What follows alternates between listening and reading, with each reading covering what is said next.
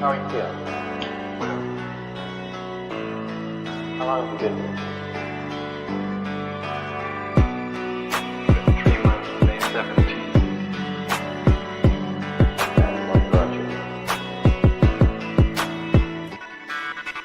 That's difficult to answer.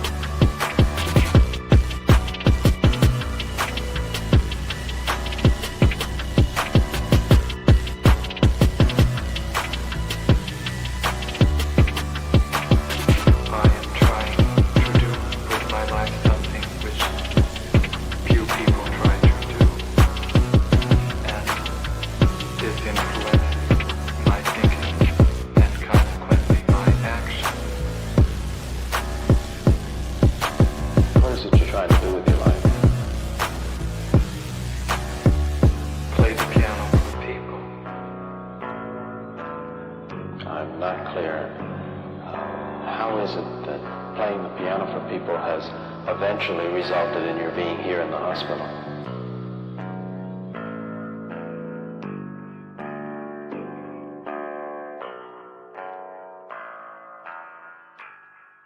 That's difficult to answer.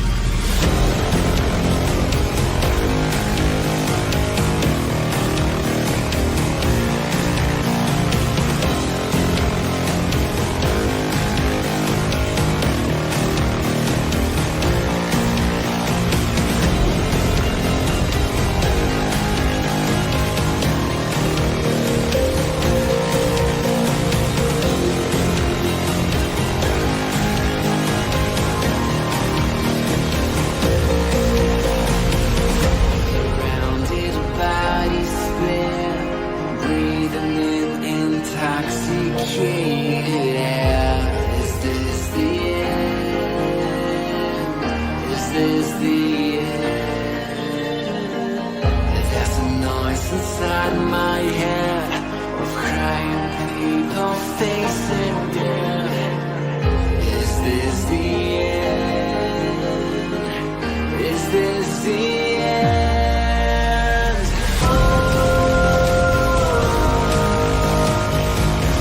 I'm burning in the dystopia.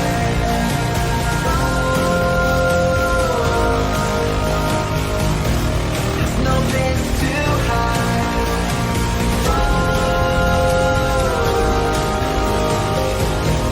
I'm burning in the dystopia.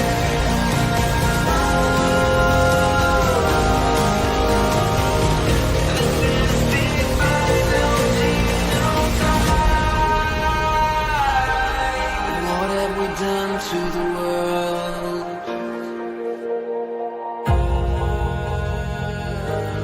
What have we done to the world?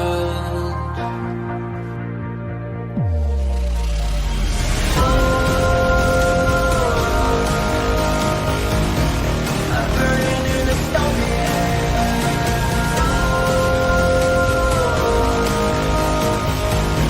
There's no place to hide.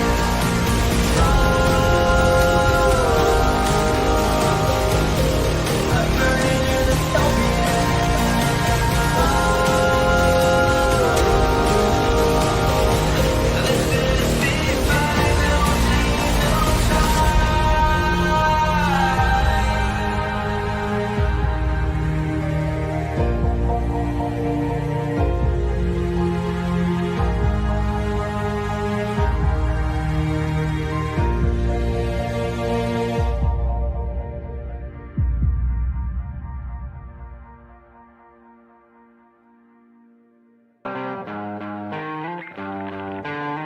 sweet dreams are made of these. Who am I to disagree? Travel the world and the seven seas. Everybody's looking for something. Some of them want to use you. Some of them want to get used by you.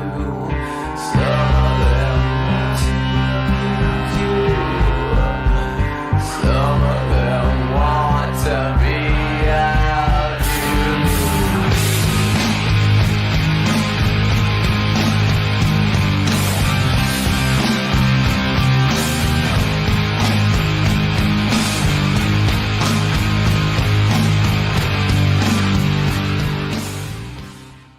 And lastly, we ask that there be no recording or streaming of today's sessions from the floor. And any disruptive behavior in today's session will result in being removed from the call. We please ask that there will be no recording or streaming of today's sessions from the floor. Any disruptive behavior today could result in being removed from the call. So, just be a nice person. So with the little housekeeping things out of the way, let's jump right in. Again, we ask no recording or streaming of today's session. And we ask that there be no recording or streaming of today's session from the floor. Any disruptive behavior in today's session will result in being removed from the call.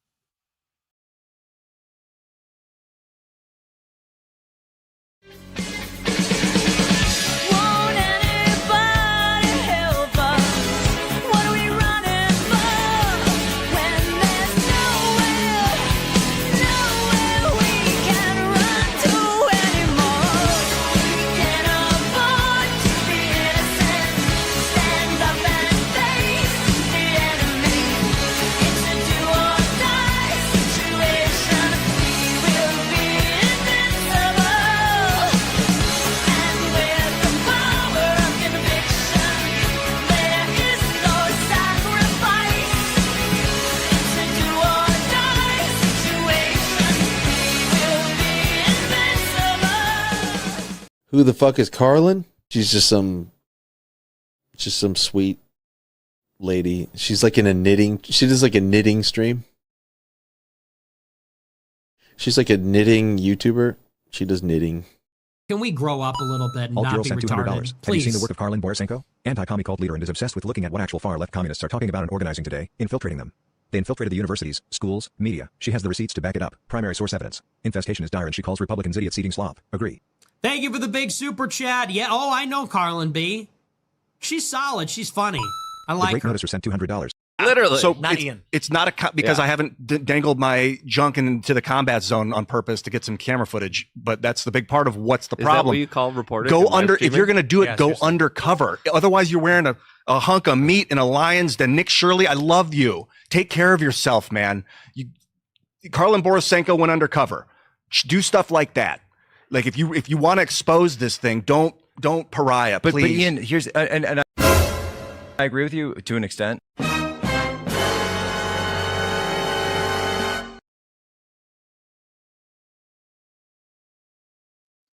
What's up, everyone? Look, my microphone is not muted. You want to know why my microphone's not muted when I started the stream today? Because I am a professional streamer on the internet. I'm a professional. I always unmute my microphone at the beginning of a stream, and today is no different.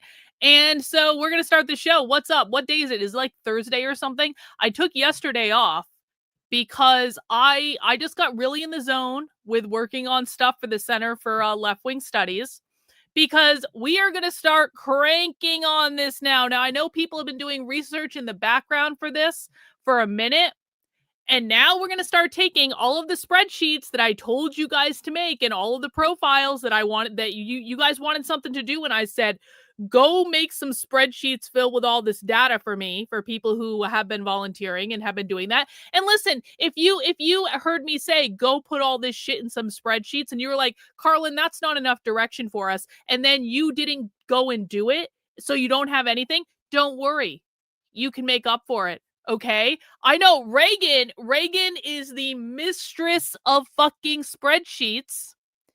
And now we have a way to make all those spreadsheets useful to us. Because as you guys know, with the Center for Left-Wing Studies, which you can find at leftwingstudies.com, we are mapping the modern activist left. This is going to be a years-long project. This is not something that is going to happen in a couple weeks. This is not something that's going to happen in a couple months. I fully expect to be working on this project for the rest of my natural life, because it is that big of a project. And one of the challenges when you're trying to map the modern activist left is that there is so much information. And if you guys haven't started going down the rabbit hole yet, if you've been like, you're not sure how to do it, or you're just getting involved or something like that, if you guys have not gone down the rabbit hole of far left activism, and when I say the left, I'm not even talking about the Democrats and the liberals and the progressives. We're not even going to, there is so much stuff to map on the modern activist left, from the revolutionary socialists and the reformists. Like, forget the fucking liberals. We cannot even think about them right now, because once you start going down the rabbit hole of the real far left, you never leave. It is an insane amount of information. And so one of the things I've really been working hard to do is figure out, how do we bring all this information together in a way that is efficient, that is that makes sure we're not duplicating efforts, that makes sure we can make the data make sense. Because part of the challenge is there are so many fucking rabbit hole and spiderweb things that happen when you're doing this type of stuff, that it is very, very difficult to make it usable to average normie people. So I spent a lot of time doing work on the Center for Left-Wing Studies yesterday, and I've now built a couple things that we needed to have built, such as just like ways to import data really quickly and stuff like that. The bad news is I broke the actual map. So if you go to the map, the modern left thing on the Substack, not the Substack, the website, the map now no longer works. The map used to have all these pin markers in it for all the different leftist groups.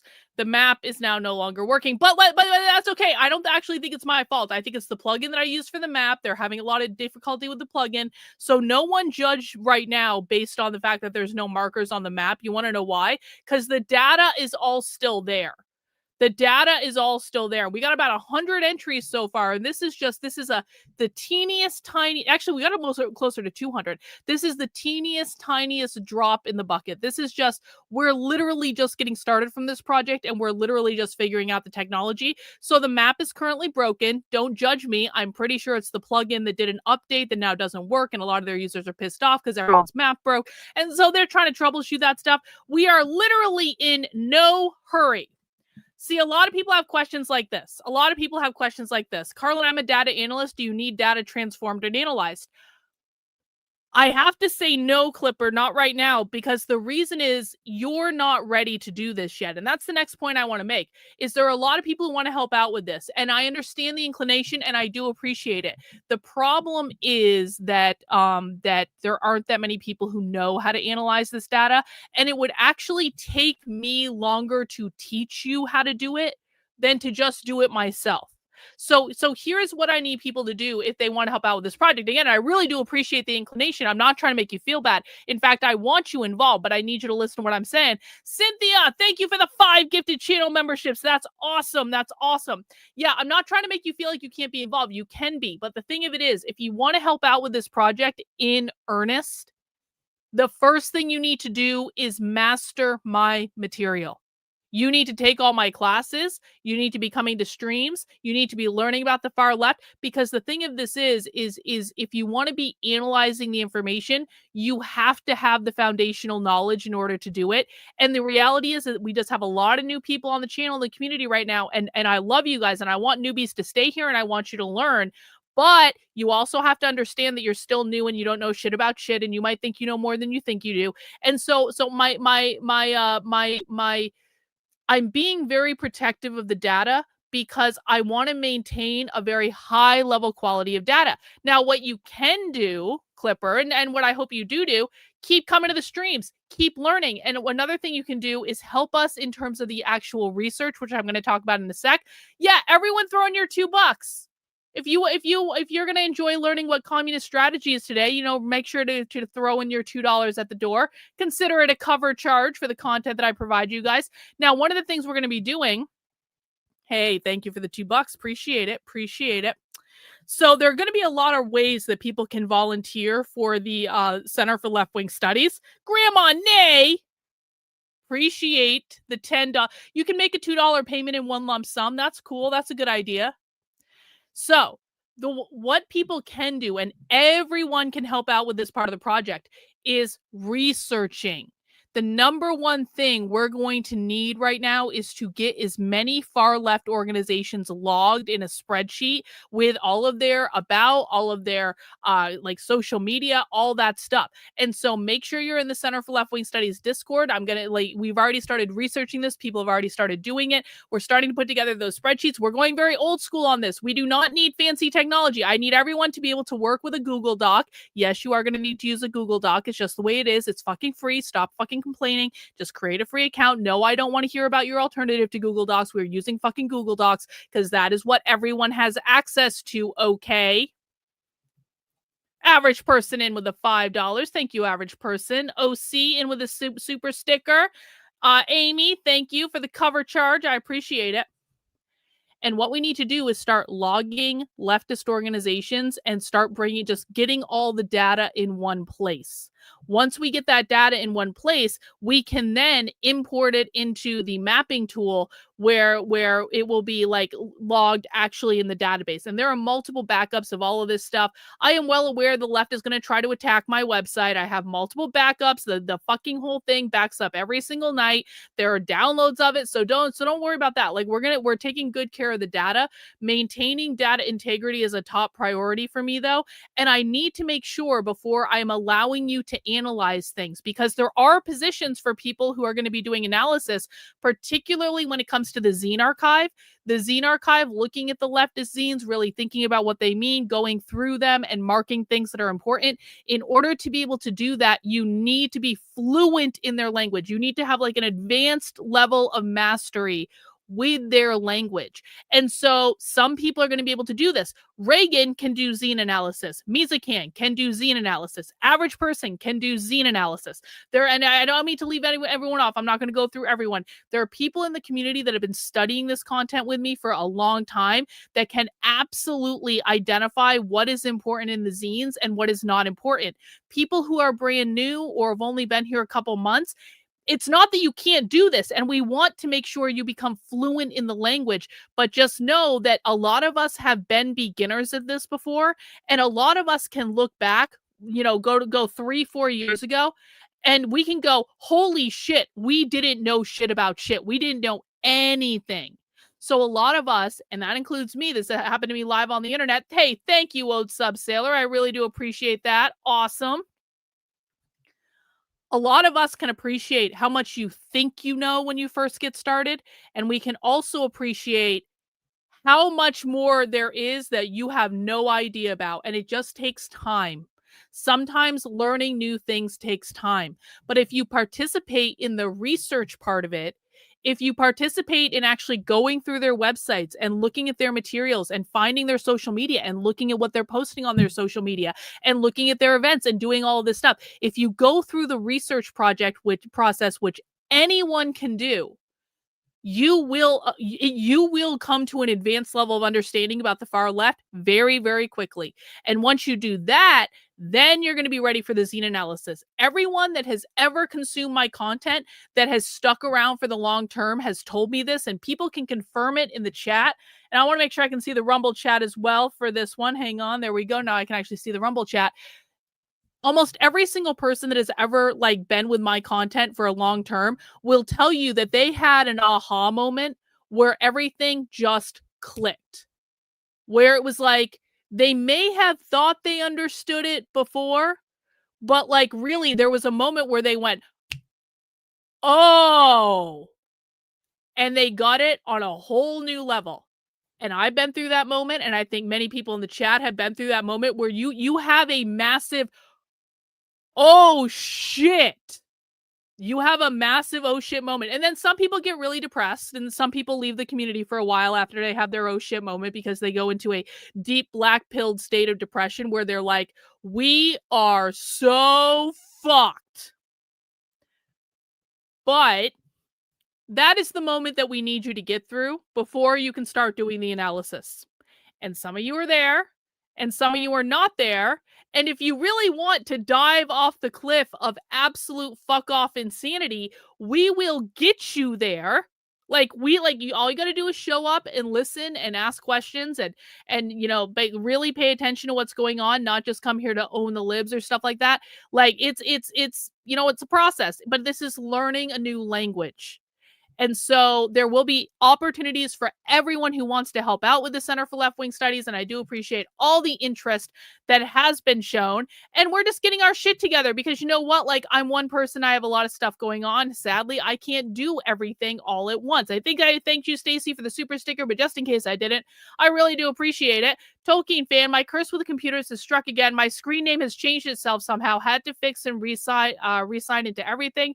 This is my new chat name. Yeah, YouTube is doing an update where they're now putting the handles on people's names. And I guess the point of that is to prevent someone from imitating another person, which is a real struggle. I will say that. And so I know that this is going to be a change for a lot of people. Listen, I can't control any of that. I don't control YouTube, but I do appreciate people bearing with. I also want to say, okay, so there's going to be we're obviously I always have more than enough projects, right? I need more projects, I need a hole in the head. But I was thinking about this earlier. One of the things that I asked some of the volunteers for the Center for Left-Wing Studies to do months ago, and I think some of them did it and I think some of them didn't do it, but I know these profiles exist, is one of the things I asked people to do is to start putting together profiles of leftist activists, major far left activists. And what I mean by a profile is who are the major players on the far left? What are their names? What are their websites? What are their social media? What's a little bit about their bio? What is a list of things that they presented at that might be incriminating to them and all that stuff? So basically, I was having people put together like dossiers for like far left activists. And I kind of decided, like, I was envisioning as part of the Mapping the Modern Left project, we're going to do something. Check this out. The left is going to fucking love this, guys. The left is going to fucking love this. You like, and I think we can get started just by making a list. Maybe we don't even need to build out the bios. I think we can start by making a list. We're literally going to call this the list. So you know how like McCarthy made lists of communists, right? And people didn't want to be on the list. And even today, the left freaks out about being on the list. We are literally going to do like a whole fucking like database of like profiles of the most like kingpin far left activists. And we're literally going to call it the list. The left is going to fucking love this. They're going to fucking love it. It's going to be great. They're going to be so happy about it. They're going to be like, she put us on a list. And I'm going to be like, yep, I did. Yeah, I literally made the list. So that is going to be coming, and I'm really excited about that. And of course, everyone can help out with that, because that again is another really big project in order to be able to like, we're going to have to start by actually making like a list of people that we can pull from. But like that'll be a fun project as well. I also have an idea about like I've been trying to figure out what to do with all of the trainings that I've been archiving over the years, like all of my spy streams and stuff like that. Like, how do I make my spy streams available to the general public for posterity? And I think there's going to be something that we're going to do with this as well, but that's going to be more of a longer term thing. So that's another thing I'm thinking about too. Anyway, of course, I need more projects, like I need a hole in the head, but this is all really exciting to me. I do envision the Center for Left-Wing Studies, which we're going to be hosting Occupy libraries through this. I do think this is really the thing that I'm most excited about right now, is really getting this up and running. I think like this year for me, this was kind of like a side project that just kind of happened. It wasn't something I was planning to do. And then I was like, holy shit, I can just start a nonprofit. And that's a really good idea, because then people can make tax deductible gifts. And I'm going to be looking at all you for your year-end tax deductible giving, because that's awesome.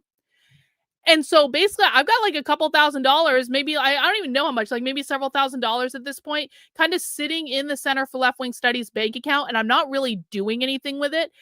So we do have some resources to be able to work with to like buy things, archive things, stuff like that. We also, what I really want to do this coming year is I really want to start applying for grants. Grants are part of my thought process. And what I would really like to do is I just need to find one person. I need to find one person with a rich uncle. I need to find one person that has access to billionaire conservatives that are concerned about all this bullshit. I need to find I need to maybe get in touch with Elon Musk. I don't know. I need to find one extremely wealthy person to give me a fuck ton of tax deductible money that I can use to hire people to be able to do research full time. That is actually my end goal. But I do feel like we need to start having a proof of concept with that to get the name out there, to start like really making this content publicly available. And so once we got like a little bit of a proof of concept and we got more of these things built out, I do want to go out there and be like, okay, I think we're doing really important work, because I do think it's really important work.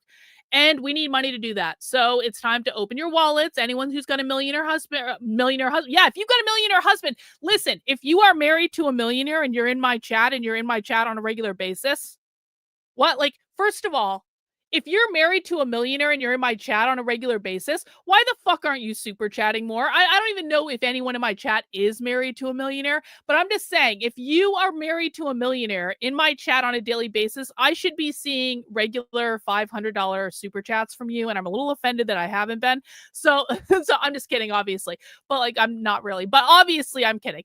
Anyway, we need to find someone who has access to money to procure that money for our purposes, so we can spend all of our time researching the left and talking about the left and exposing the left and stuff like that. And it would be awesome. Okay. So that is I'll be George Soros. We're going to go out to George Soros. That's what we're going to do. Yeah, that's what we're going to do. Anyway, if you want to make a tax-deductible gift to the Center for Left-Wing Studies, head over to leftwingstudies.com and click the Give button. And then you click Make Your Donation here. And contrary to the rumor that was spread about me, the retards from Portland said I was running this through Act Blue. I'm running it through something called Maslow, which is a tool that I have to use because of my fiscal sponsor. So this is not running through Act Blue. If you heard the retards from Portland say that, then you were mistakenly informed. And you can see that by heading over. And while you're over there confirming that I'm not running it through Act Blue, you can make a gift. And that would be awesome. Speaking of the retards from Portland. I just have a Portland update. And maybe this is a little below the belt, literally. But I have a Portland update because I was right. And you all should have known I was right. And no one should have ever doubted that I was right.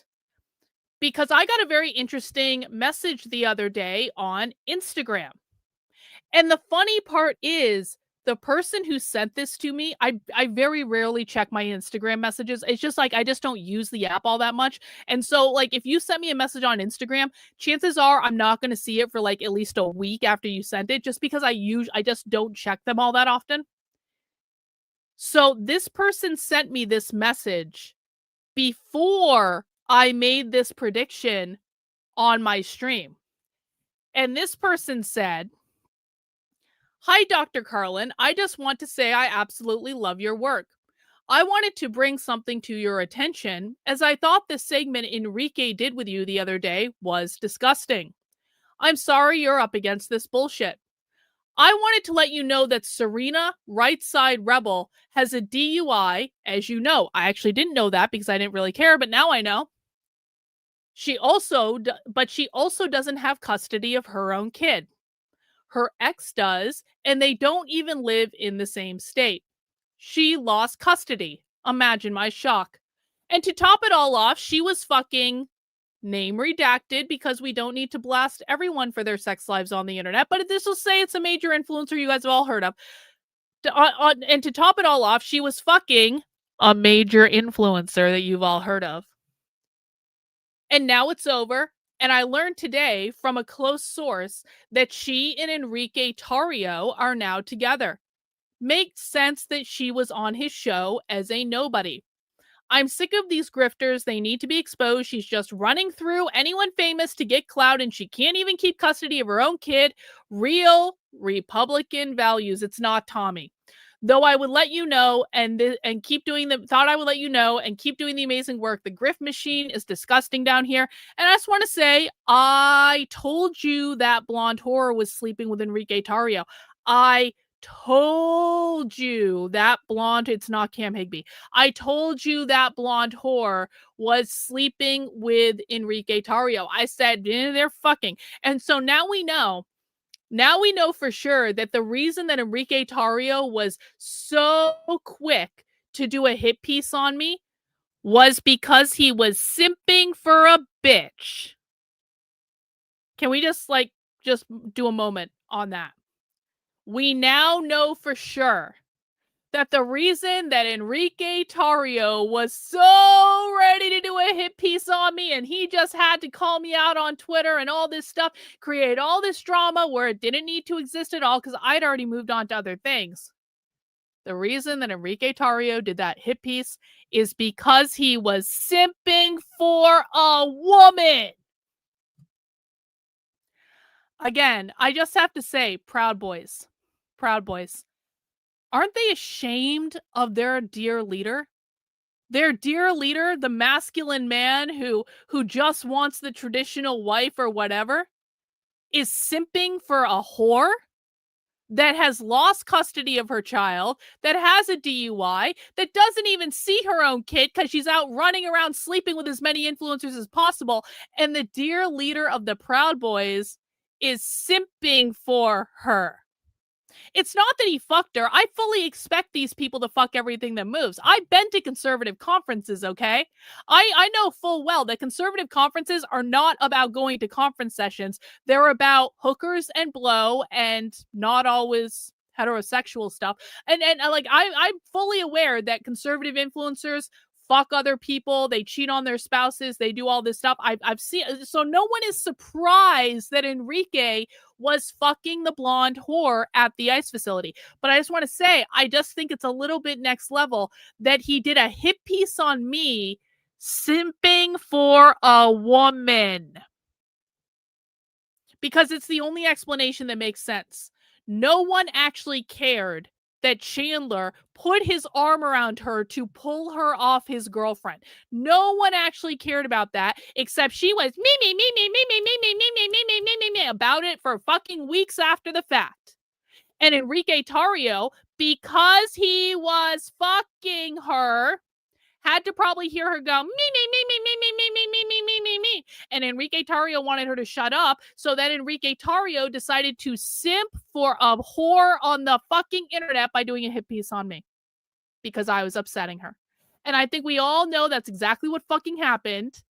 And I just want to say, Proud Boys, you've got a pussy for a leader. I swear to God, it's not that he was fucking her. That's not the thing. It's the simping that you should find maybe a bit problematic. But listen, man, whatever.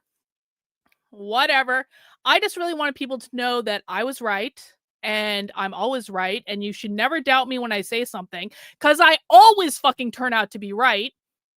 And that's all.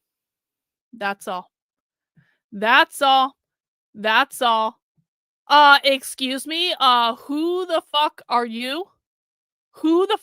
In fact, you're going in a timeout. If you don't want to adjust your attitude, you can get permanently banned. You don't tell me what to talk about on my stream, bro.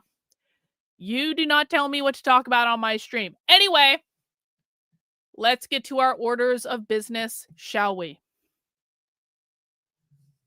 The Revolutionary Communists of America are one of many revolutionary groups that exist in the world today. They are highly organized. They are at pretty much every major event.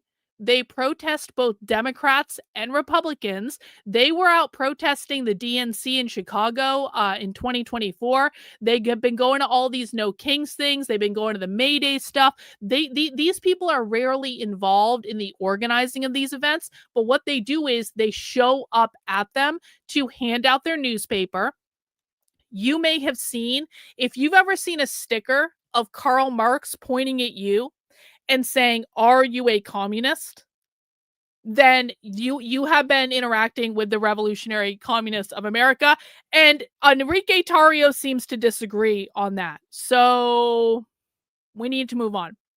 Enrique Tarrio and many of the Proud Boys seem to really disagree with that, Daniel. So I don't know, and quite frankly, I don't care.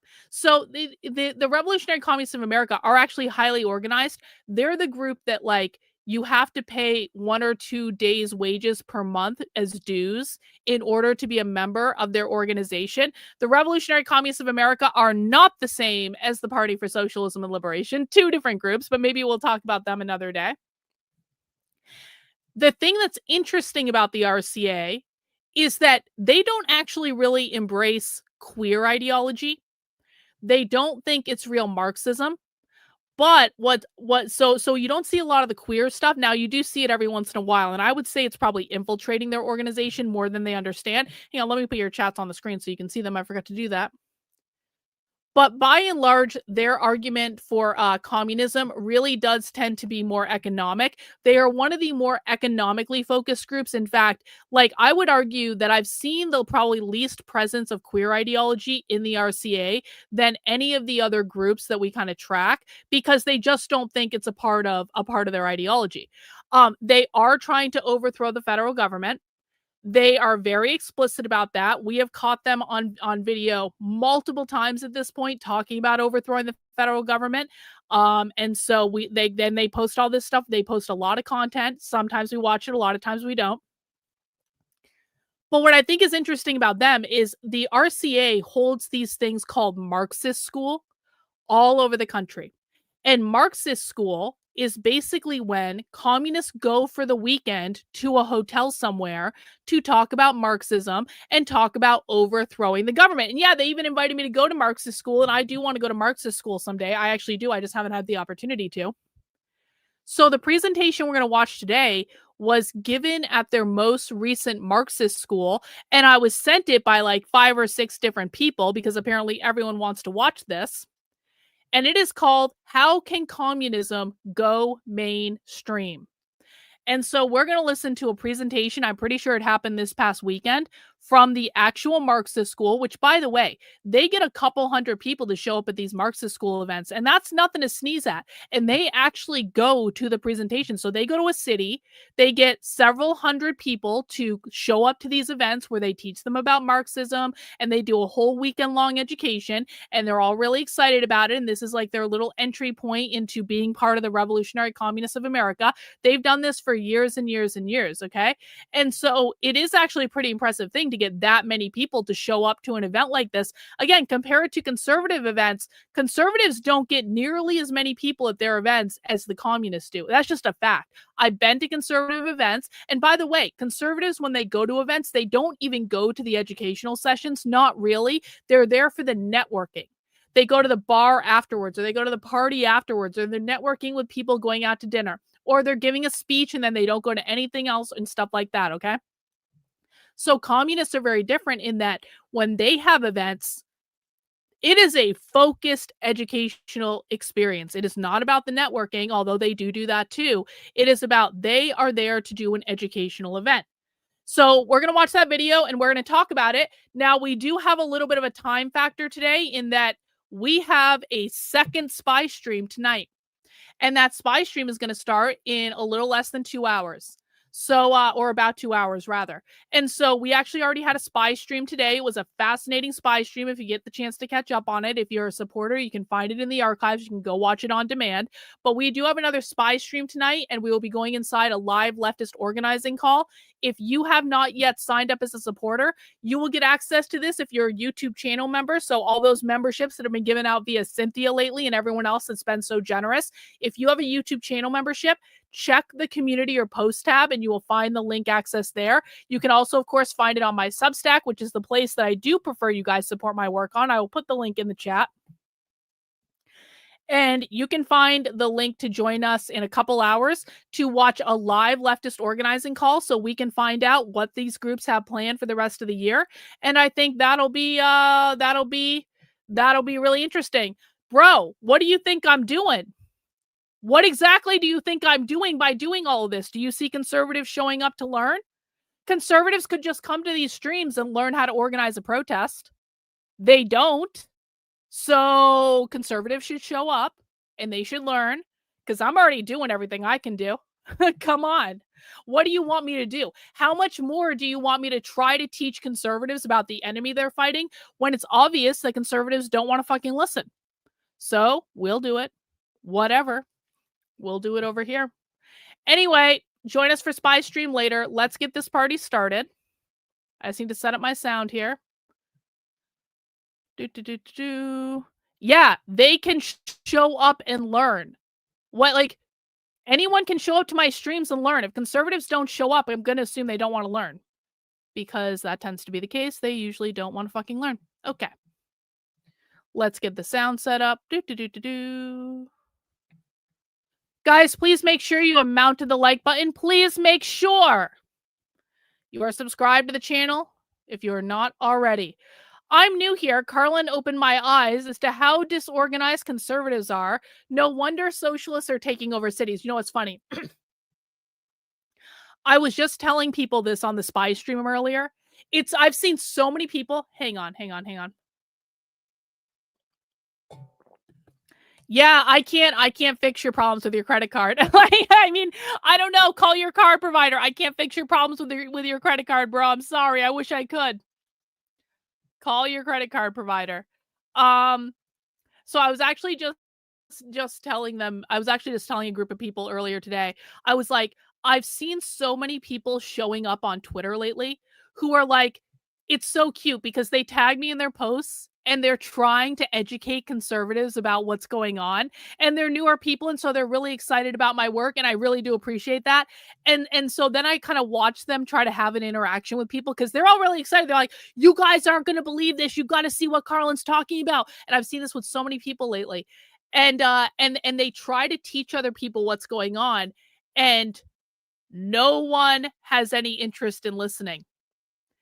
And then they come back to me and they go, Karlyn, they're not listening. And I'm like, I know.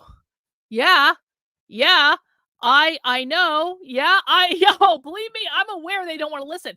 And so then people try to blame that on me. They're like, Karlyn, you're abrasive. I'm like, well, when other people are sharing the content, even if I'm not directly in it, they're still not fucking listening because they don't want to listen, because it's too hard, or they don't understand what's going on, or it's different than what they've been told by their favorite conservative influencer. And it's like, it becomes a maddening experience after a while. And this is why I just kind of keep to myself. And this is why I'm like, you know what? I appreciate everyone who wants to share my work. The people who are meant to find my stuff will find it. I have found that to be consistently true.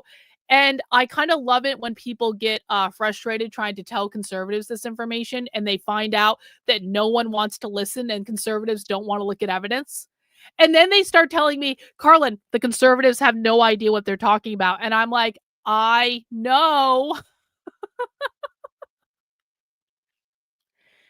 In order to defeat the left, we have to go through the conservative right. It is really that simple. And you know what? Some of them might be good people, but they're not fucking listening. And they're not hinged into reality. And they think they know what's going on, and they have no idea. And we know that because we look at the evidence. And they're going to try to tell you that you're in some sort of cult. They're going to try to tell you that I'm lying to you. They're going to try to make every excuse in the book for why they can't look at evidence. And you're kind of just like, literally all we do is watch the videos. It's like, I'm not making this content. Conservatives lately have started accusing me of making the content. Do you guys know how hard I would have to fucking be working to make all of their content and all of my content? I make more anti-communist content than anyone on the internet. And so it's like, I find the whole thing and the amount of excuses that we continue to get from the right to be absolutely fucking laughable. But there's nothing we can do. There's nothing we can do. The people who want to learn will learn. The people who don't want to learn will not learn. And all we're going to do is sit here and watch what's happening. That's all we can do. Okay? That's all we can do. All right, guys, let's get this party started. Let's see what the Revolutionary Communists of America had to say.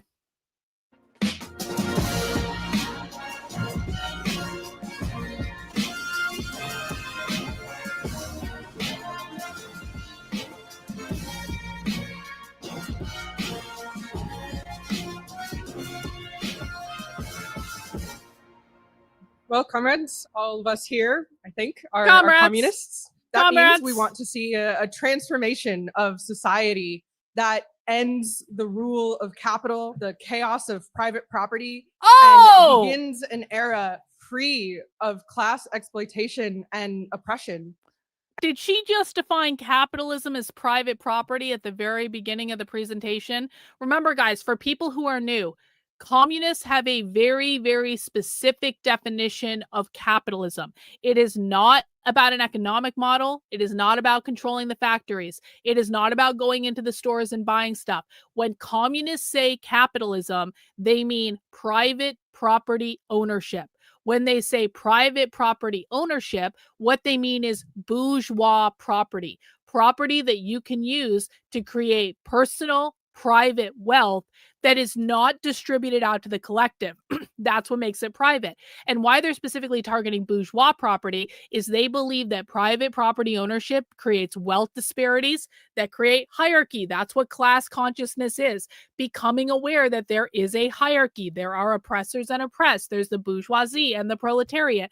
It is the accumulation of private bourgeois property that creates the hierarchy. What does communism want to do? They want to abolish the hierarchy. How do they abolish the hierarchy? By abolishing private property ownership. What they mean when they say bourgeois property is your ability to own a home, your ability to own land, your ability to own an apartment that you rent out as a landlord, your intellectual property, your private business, whether that private business is big or small, and your parental rights over your kids. They are considered to be a form of private property because they allow for the passing of generational wealth down from parent to child. Okay, that is their definition of capitalism. No other definition of capitalism matters when it comes from the left. So people on the right have different ideas about what capitalism means. Tucker Carlson just released a whole episode with Nikki Haley's son. Hang on. Tucker Carlson just released a whole episode with Nikki Haley's son, where Nikki Haley's son was talking about how capitalism isn't a perfect system and they want and young men want to get rid of it. But you got to understand, and this is particularly true for the Groypers, because I know the Groypers also have beefs with capitalism. The definition that people like the Groypers have of capitalism, or people on the dissident right have of capitalism, is fundamentally different than the far left's definition of capitalism. And so it's really important for people who are critical of capitalism to understand this. You might be using the same word.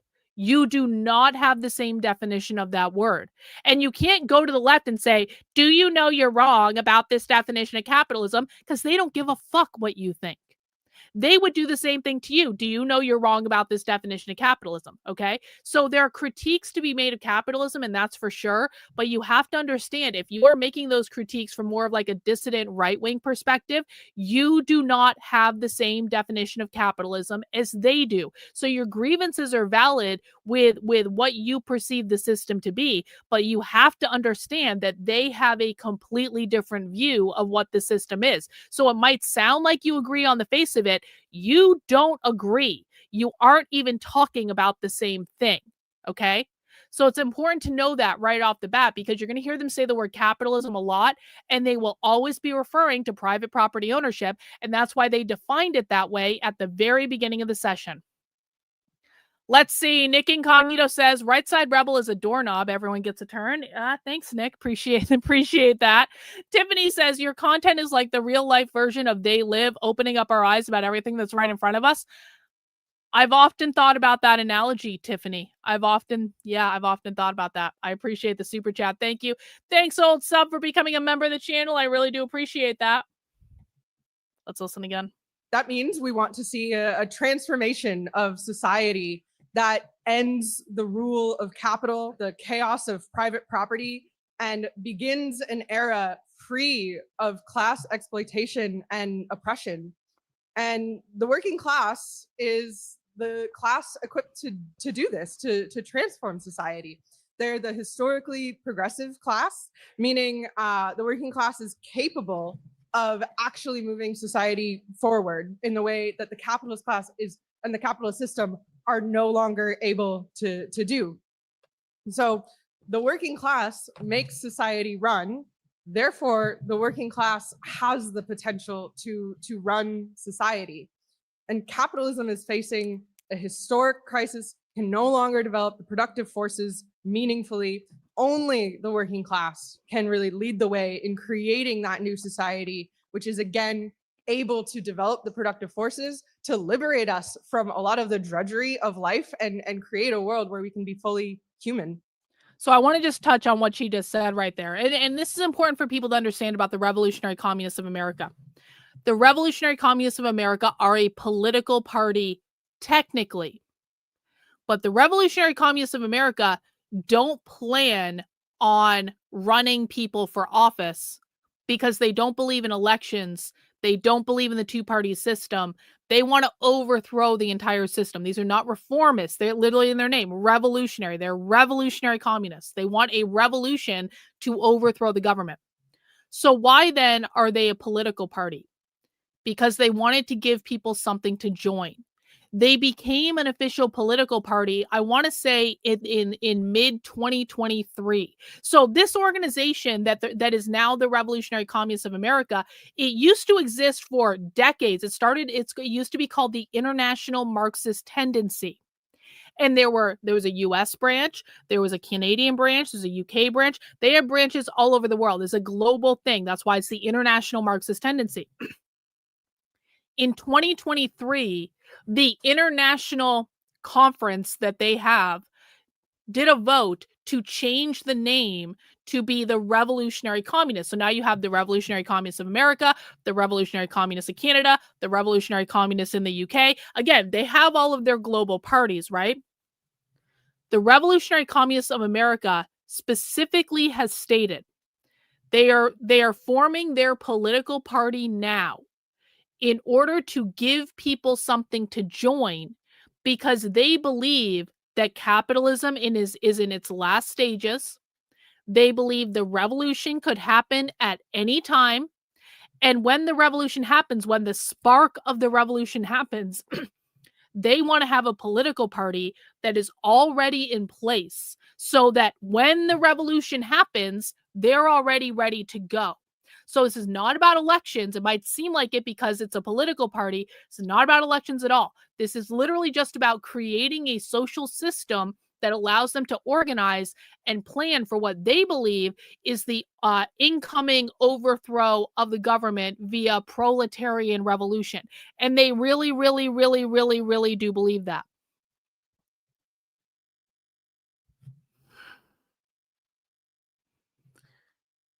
I don't give a fuck about the Democrats. That's my answer. I don't give a fuck about the Democrats. These are not Democrats. Democrats and communists aren't the same thing. I don't give a flying fuck about the Democrats. If you can't handle the Democrats, guys, you cannot handle the real communists and socialists. That's how I feel about it. Are these guys separate from the Bob? Yes, yes, yes. That's a really good point. Yes. Great question. Great question. Because there is another group, the Bob Avarkian group, that are called the RevComs.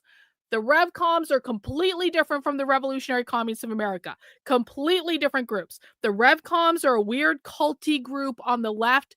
They have the website Resist Fascism. They have a bookstore actually across the street from the University of California, Berkeley, which I went to when I was in California, and it was really weird. They have their own brand of communism. They just did that march in DC that didn't really have much of a gathering, which I knew it wasn't going to be, because the RevComs are not actually that influential. Even the left doesn't really like the RevComs. Like, they tolerate them and they'll buy their t-shirts and stuff like that. But even the left doesn't actually really like the RevComs. So great question. Yes, the group we are watching is a completely separate group from the RevComs, but it is a little bit confusing because the names are so similar. But the working class can only do this by taking power from the class that is holding society back, the capitalist class. And this can only take place through the process of revolution. There isn't a softer way, and I'll kind of get into why. But we see movements that exploded all over the world just in the past couple of months. And they show that the working class, first and foremost, the youth, are pushed to action by objective conditions. And so we saw spontaneous Gen Z protests in Nepal, Madagascar, Morocco, Indonesia, that could have developed into like full-scale revolutions and overthrowing regimes. The youth in these movements saw the corruption, the waste, oppression, misery caused by the system. That is what is creating these mass movements over and over and over again, which they have not yet successfully overthrown capitalism. This is because the potential for revolution is opposed by a few obstacles. First, the capitalist class that clings to power isn't going to voluntarily give it up. They're not going to just wave a white flag and say, you win, you're the historically progressive class. Second, the ideology of the capitalist system, which pervades every facet of life, weighs very heavily on the working class in its mindset, in its thinking, the traditions, the prejudices, the sort of natural inclination towards the path of least resistance, right? And finally, the reformist leaders, the politicians, leaders of unions and other organizations. The reformist leaders. Hang on. The reformist leaders. So she is making a distinction now. This is what I was telling you earlier. The revolutionary communists of America are not going to run in elections. She just said the reformist leaders, like the politicians and the unions, they're standing in our way of revolution because the reformist leaders aren't getting on board with their idea of overthrowing the government. Listen. In its mindset, in its thinking, the traditions, the prejudices, the sort of natural inclination towards the path of least resistance, right? And finally, the reformist leaders, the politicians, leaders of unions and other organizations of the working class, they serve as a brake on revolutions and divert these movements. And so by reformists, the reformist leaders serve as a brake on revolution and they divert the movements. Guys, we hear revolutionary communists talking shit about the DSA and people like Zohar Mandami all the time. That's who she's talking about, by the way. She's talking about the DSA, Zohar Mandami, AOC, Bernie Sanders. She's talking about the Democratic Socialists of America. The Revolutionary Communists of America do not like the Democratic Socialists of America because the Democratic Socialists of America are reformists and the Revolutionary Communists of America are revolutionaries. Does everyone understand the difference? I just want to do a quick check in the chat. 1 in the chat if you feel like you understand the difference between reformists and revolutionaries. 2 in the chat if you're still confused. And if you're still confused, it's okay to admit it. No one's going to make fun of you, but I need to know if people understand what I'm talking about.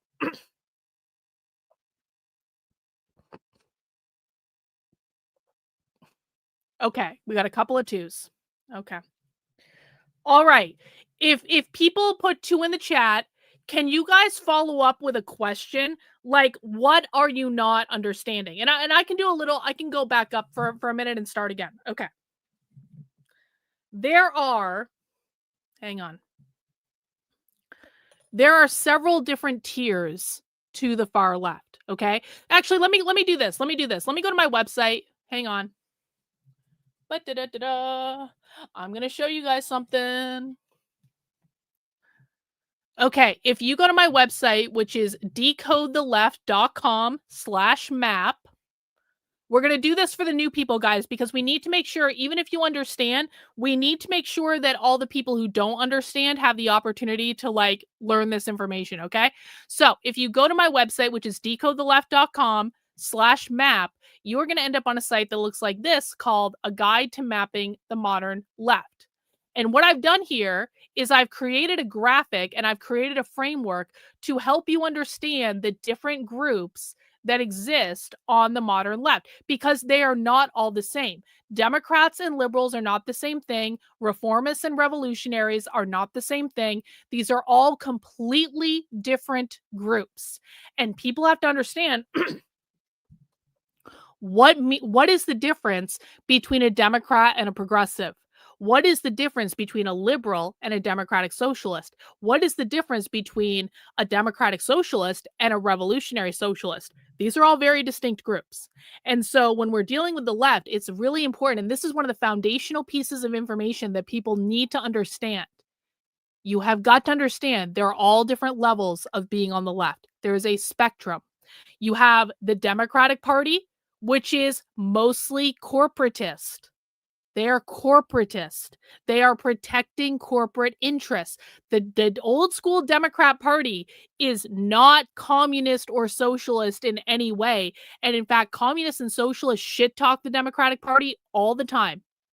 The only good the Democratic Party is to them is maybe they can start to co-opt it. Like the Democratic Socialists co-opted the Democratic Party. They basically took it over in New York and to get the nomination for Zohar Mandami.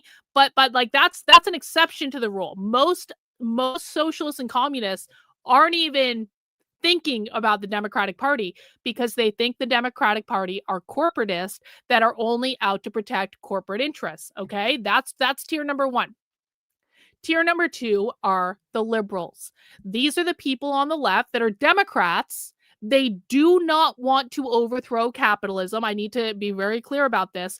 They do not want to overthrow capitalism, but they're very inclined to social causes. So making sure everything is fair, making sure gay people can get married, stuff like that. They are socially progressive. They support like abortion and things like that. They might go to protests. You know, these are kind of like the liberal white ladies that go to protests, but like people think the liberal white ladies are our biggest problem. No. The liberal white ladies are not our biggest problem. The liberal white ladies don't really have any values beyond they just want things to be fair and they want everyone to feel good, but they don't want to overthrow capitalism. They have no desire to do that. A lot of them are rich. Brian, thank you for the 5 gifted channel memberships. I really do appreciate it. Congrats to everyone who got a channel membership. That's awesome. Next, you have the progressives. The progressives are usually the ones who are organizing the mass protests. The progressives do not want to overthrow capitalism. They do not want to overthrow it, but the progressives get right up to the line. The progressives basically want to do everything except pull the final trigger to overthrow capitalism. Like they don't really want to get rid of it, but they want to do everything right up to the line. So this is where the indivisible groups come in. This is where the No King's Day protest comes in. These are people who talk about, you know, social justice and stuff like that, but they aren't quite ready to overthrow the system yet. That's we watch progressives like a teeny tiny little bit when we're watching some leftist organizing calls. A lot of unions are very progressive. So again, they're going right up to the line, but they aren't actually trying to overthrow capitalism. In fact, they rarely talk about capitalism. It is not the progressives talking about capitalism. I don't feel like you're listening to me, Michael. I need you to shut the fuck up and listen. Okay? You're asking questions that lead me to believe you're not listening to what I'm saying, so we need to zip it, and I need you to listen. Because if you're saying the Democrats blame capitalism for everything, you're full of shit. No, they don't. If you're saying that liberals blame capitalism for everything, you're full of shit. No, they don't. If you're saying progressives blame capitalism for everything, you're full of shit. No, they don't. So zip it. Listen. So the first 3 tiers on this scale: Democrat, liberal, progressive. They are all on the left, but the difference between Democrats, so liberal and progressive, and democratic socialist and revolutionary socialist is that Democrats, liberals, and progressives do not want to overthrow capitalism. Progressives are willing to get right up to the line, but at the end of the day, they're not trying to overthrow the current system. They're not trying to abolish the government. They're not trying to abolish the Constitution. They're not trying to do any of those things. Fizzle says, who do you think is ahead of the game, the revolutionaries or the reformists? I will explain that in the course of the rest of my description. Thank you for the super chat. Okay. Now we go into tier 4. And tier 4 are the Democratic Socialists. Now, I didn't call them that because of the Democratic Socialists of America. That's just like the Democrat, that is the name of the category. So there are other groups in the Democratic Socialist category that are not just the Democratic Socialists of America. For example, the Working Families Party. The Working Families Party is a political party. They are a socialist party. They run people for office. They are reformers. The Democratic Socialists of America are a political party. They are reformers, but both of them want to overthrow capitalism eventually. They just want to do it by getting elected to positions where they have the opportunity to make incremental changes over time. That's why they are reformers. They believe in reforming the system.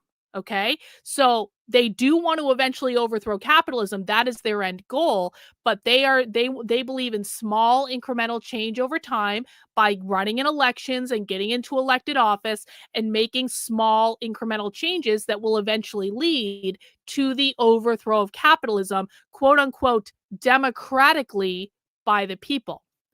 They differ from the revolutionaries who we're watching today. Antifa are revolutionaries. The Revolutionary Communists of America are revolutionaries.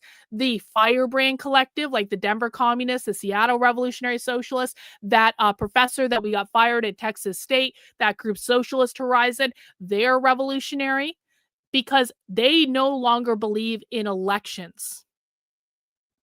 There are a lot of groups on the far left, and these are the groups that are the most dangerous because their ideas are trickling down into the other groups. Their ideas are trickling down into the other groups. Hey, Michael, literally shut the fuck up. You want to call people in the chat that are understanding this when you're not understanding it a Democrat? No, he doesn't sound like a Democrat, bro. Literally shut the fuck up. This is your last fucking warning.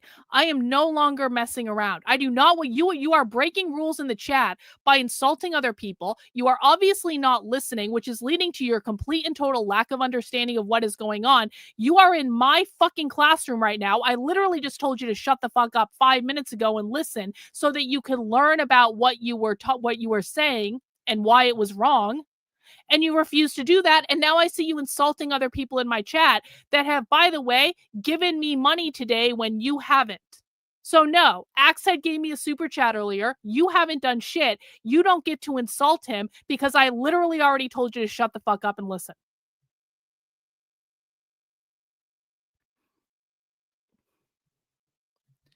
So revolutionaries do okay. All right. All right. Now, Michael, you're going to be putting a timeout for the rest of the stream because I already told you to stop talking. And by the way, bro, I don't care how much money you've given me. In my classroom, you follow my fucking rules. You're in a timeout until tomorrow. You can come back tomorrow and try speaking again. And if you continue tomorrow as you just did today, you will be removed again. I don't care if you've given me thousands of fucking dollars. I don't care if you're willing to write $1 million check for my nonprofit right now. You do not tell me how to run my fucking classroom. And if you're coming into my classroom, you will respect me as the leader of the class. And if you don't want to do it, there's the door. Get the fuck out. People still call me a grifter on the internet, by the way, but whatever. Anyway, the difference, now that we have removed the disruption from the chat, the difference between reformers and revolutionaries is that both of them want a post-capitalist society, but the revolutionaries do not see elections as the way that they are going to achieve a post-capitalist society. They believe in working outside of the system. They do not vote in elections for the most part. They tell other people not to vote for elections. They don't run candidates for the most part. If they're running candidates as part of some larger political strategy, for example, the Party for Socialism and Liberation runs candidates. They are a revolutionary party. They do run candidates though, but the reason they run candidates is not because they want to actually get elected to those positions. It's because running in an election gives them the opportunity to raise money to go tour college campuses and speak and stuff. So there's other reasons why they're running in elections that have nothing to do with whether or not they want to get into public office, because they have no illusion that they're not going to get elected. But they do it anyway. Okay. So now, does everyone understand the difference? Now that we've gone through this painstakingly and I banned someone from the chat, does everyone understand the difference? It is critical that you understand this. Democrats, liberals, and progressives do not want to overthrow capitalism. Democratic socialists and revolutionary socialists do want to overthrow capitalism, but they have completely different strategies on how to get there. And because the revolutionaries want a violent revolution, revolutionaries don't believe in elections. So that's why they shit talk the DSA all the time, and why they call Zoran Mandami a traitor, and why they call AOC a traitor, and why they call Bernie Sanders a traitor. They're calling them traitors because they believe that these people have abandoned the noble revolutionary cause. All right. And these people are the ones setting the agenda on the far left. If you still are confused, I recommend you spend some time on this website, read through all the content. I created these profiles just for this purpose. It is decodetheleft.com/map. Share this out with your friends, share it out with your family. And this is critical to understand if you're going to understand the far left. All right. Thank you for allowing me that time to explain it. I hope that was valuable. Let's go back. I mean, those that aim to improve the conditions of the working class without getting rid of capitalism. And reformists do not understand that improvements for the working class are always won at the expense of the profits of the capitalists, right? This is what we mean when we say the classes have irreconcilable interests. And the capitalists won't just withstand annoyances when these reforms, these improvements are won for very long. Higher wages, social welfare, legal rights, these things are typically won through mass action, protests, militant strikes. But as long as capitalism continues, they're always under the threat of being revoked as soon as the movement inevitably goes on the retreat again. Reformists are terrified of revolution, and they have no confidence in the working class to run society.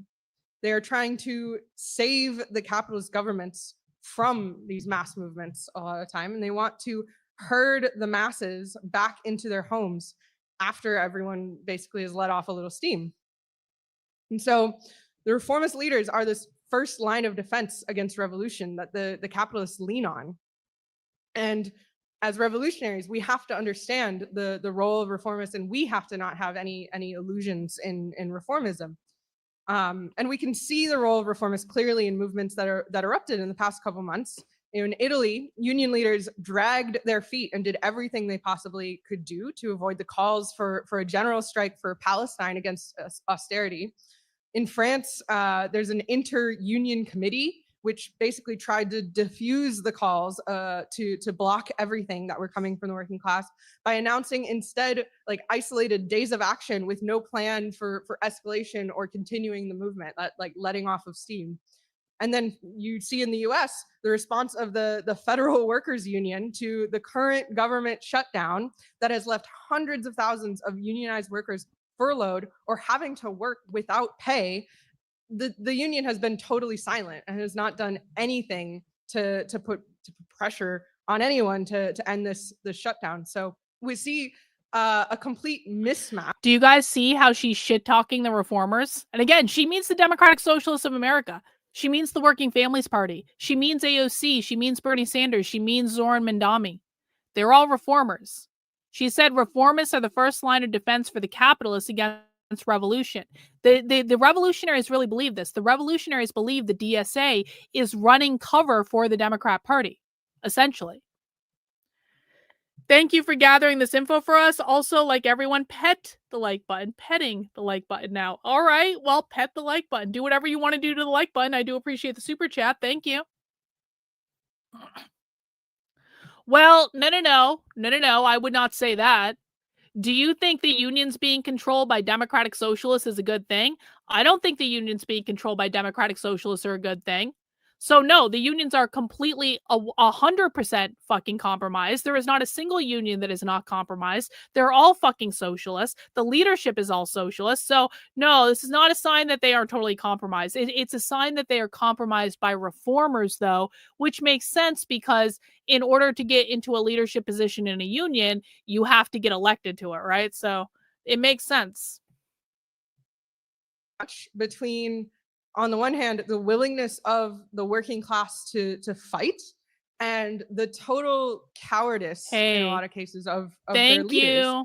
And it is not a simple task to sweep aside these leaders and replace them with a revolutionary leadership that understands the need for revolution and actually encourages the working class to fight for it.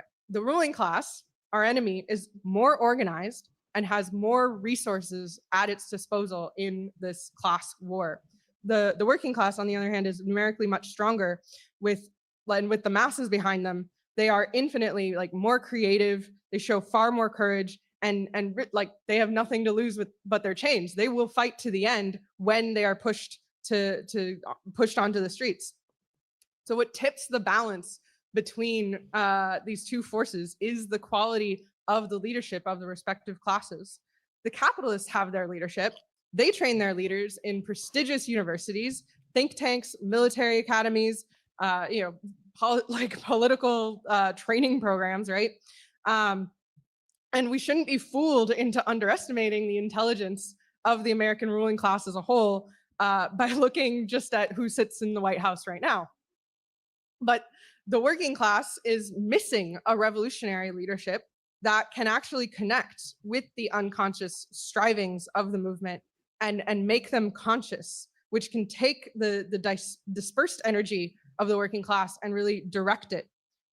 The working class needs a leadership that can win over the masses to a revolutionary program. Okay, just so people are really clear on this, she is advancing the idea that the Revolutionary Communists of America are the group that is going to lead the working class in the revolution against the government. This is her position. Like, the working class needs leadership, and we are the ones that are best positioned to do it. So they're making an argument for their specific group. But more broadly, I want people to understand what she's talking about is awakening class consciousness.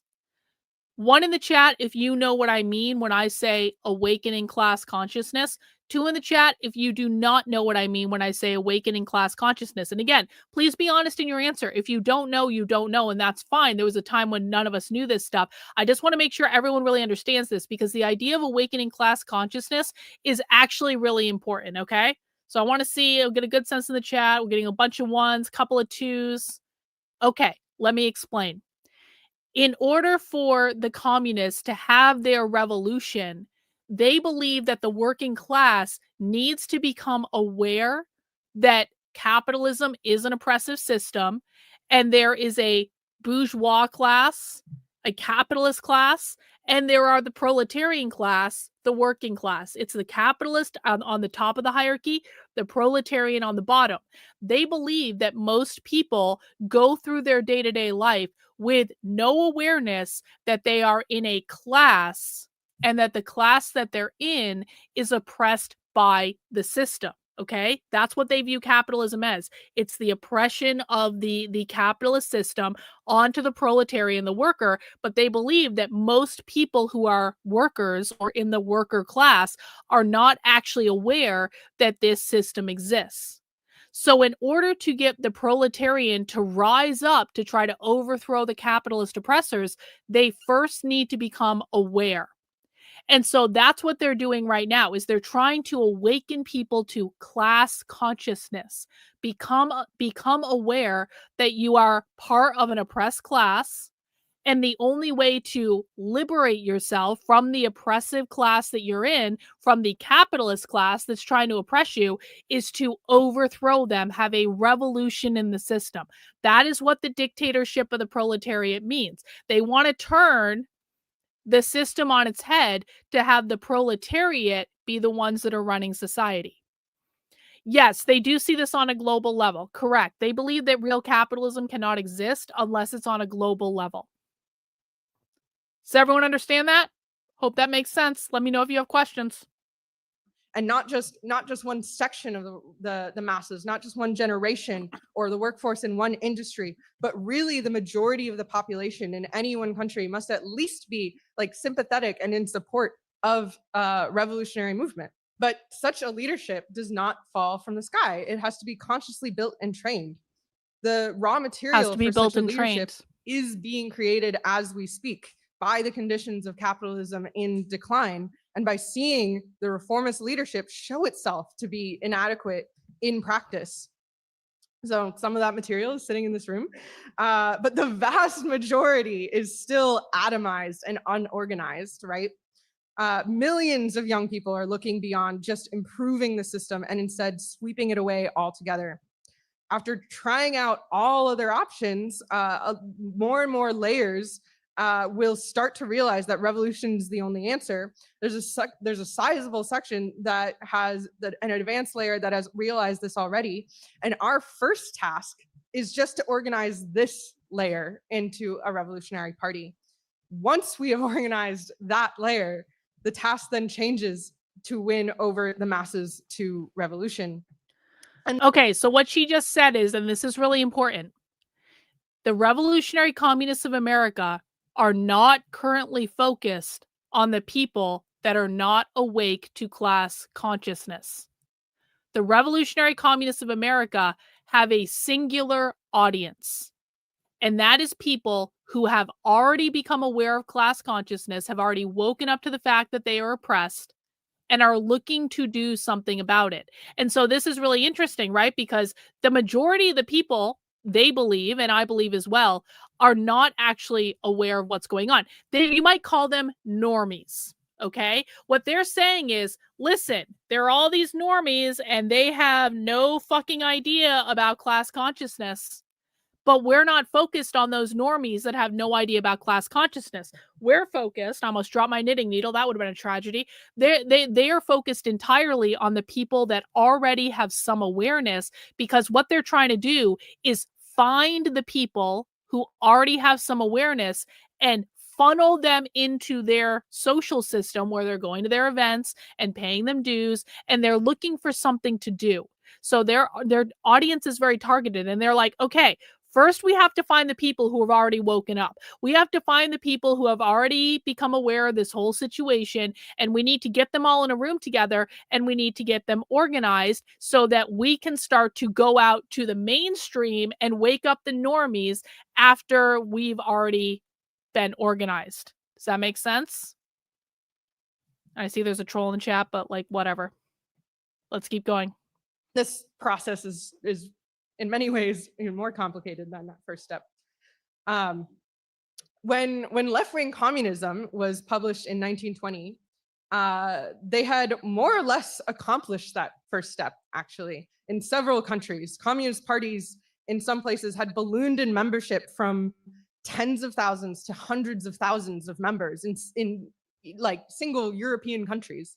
So we do not have an international of hundreds of thousands today, comrades, and we are not yet in the position to win the masses. I hope nobody comes away.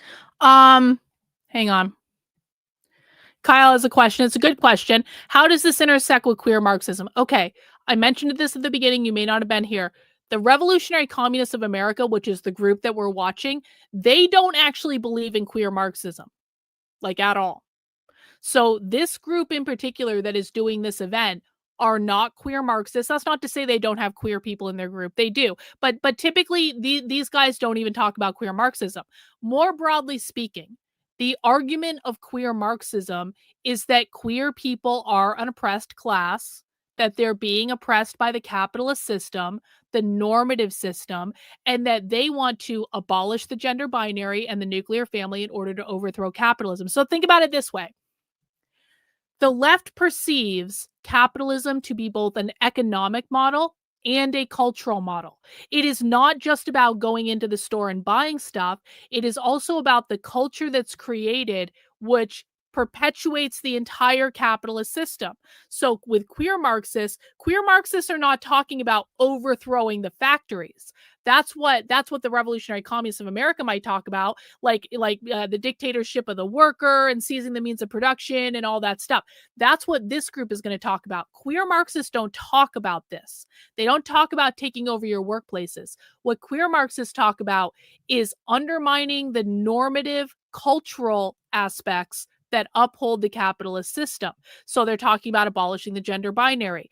They're the ones primarily that focus on reproductive justice, because reproductive justice, abortion, is about liberating women from the gender binary. They're talking about abolishing the nuclear family, because the nuclear family perpetuates the capitalist system by being the literal means of reproduction. When parents have kids and they raise them with capitalist values, that perpetuates the system of capitalism. That's why they want to abolish the nuclear family. So how do they go together? They are both trying to overthrow capitalism, but the RCA, the Revolutionary Communists of America, are far more focused on the economic question, whereas queer Marxists are far more focused on the cultural question. And it's kind of like they're hitting it from both sides. They're hitting it from both sides. They believe you can't do one without doing the other. Hope that makes sense. AZ Mendoza family, she says they are outpowered by the bourgeois. However, they seem to have institutional power in the media and education. Is this view based on the video of transforming every aspect of society? So they would disagree with you that they have control of every institution in America. Remember, these are revolutionaries. What you're talking about is the general left. Now, does the left have control of every institution in America? Yes, but we just went through the five tiers of the far left. The revolutionaries do not have control of the media. The revolutionaries do not have control of education by and large. Now, there are a lot of revolutionaries in education. We find them there all the time. But, you know, the revolutionaries would tell you that the administration are completely capitalist. So the revolutionaries within higher education would flat out tell you they are constantly fighting the administration of their own universities or their own schools and things like that, because the administration, the people actually running the schools, are not revolutionary. So while they might work within those organizations, they do not control those organizations. So again, it's like a little bit tough to answer your question, because it's not the revolutionaries who control every aspect of society. It's low-level leftist groups. Now, what the revolutionaries do control is that their ideas trickle down into the other layers of the left. So if the revolutionaries have some fuck-off crazy idea about abolishing the Electoral College or destroying the Supreme Court by packing the courts, which is something that they want to do, you see that stuff trickle down into like the progressive talking points, into the Democratic Party talking points. But when the Democrats and the progressives are talking about it, they're not talking about the extreme views that these guys have. They're talking about like a watered down version of it. So hope that answered your question. Way having illusions that that's our present task. We are at an earlier stage where we still have to win over the vanguard, that advanced section, through a period of small circle propaganda work. And as such, it would be foolish to mechanically apply things Lenin said in left-wing communism as if it were a scripture or a formula to just try to copy paste to right now, today.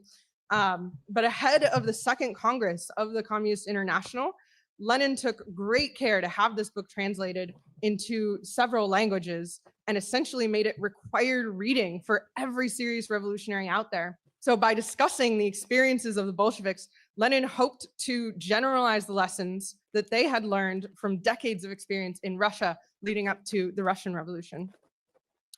In 1917, the Bolsheviks were able to lead the working class to power, right? The impact of the Russian Revolution, we cannot overstate it.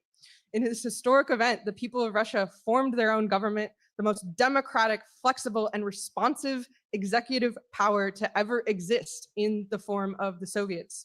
And with this government, the people themselves, the working class and the masses, brought about the end to the mass slaughter of World War I.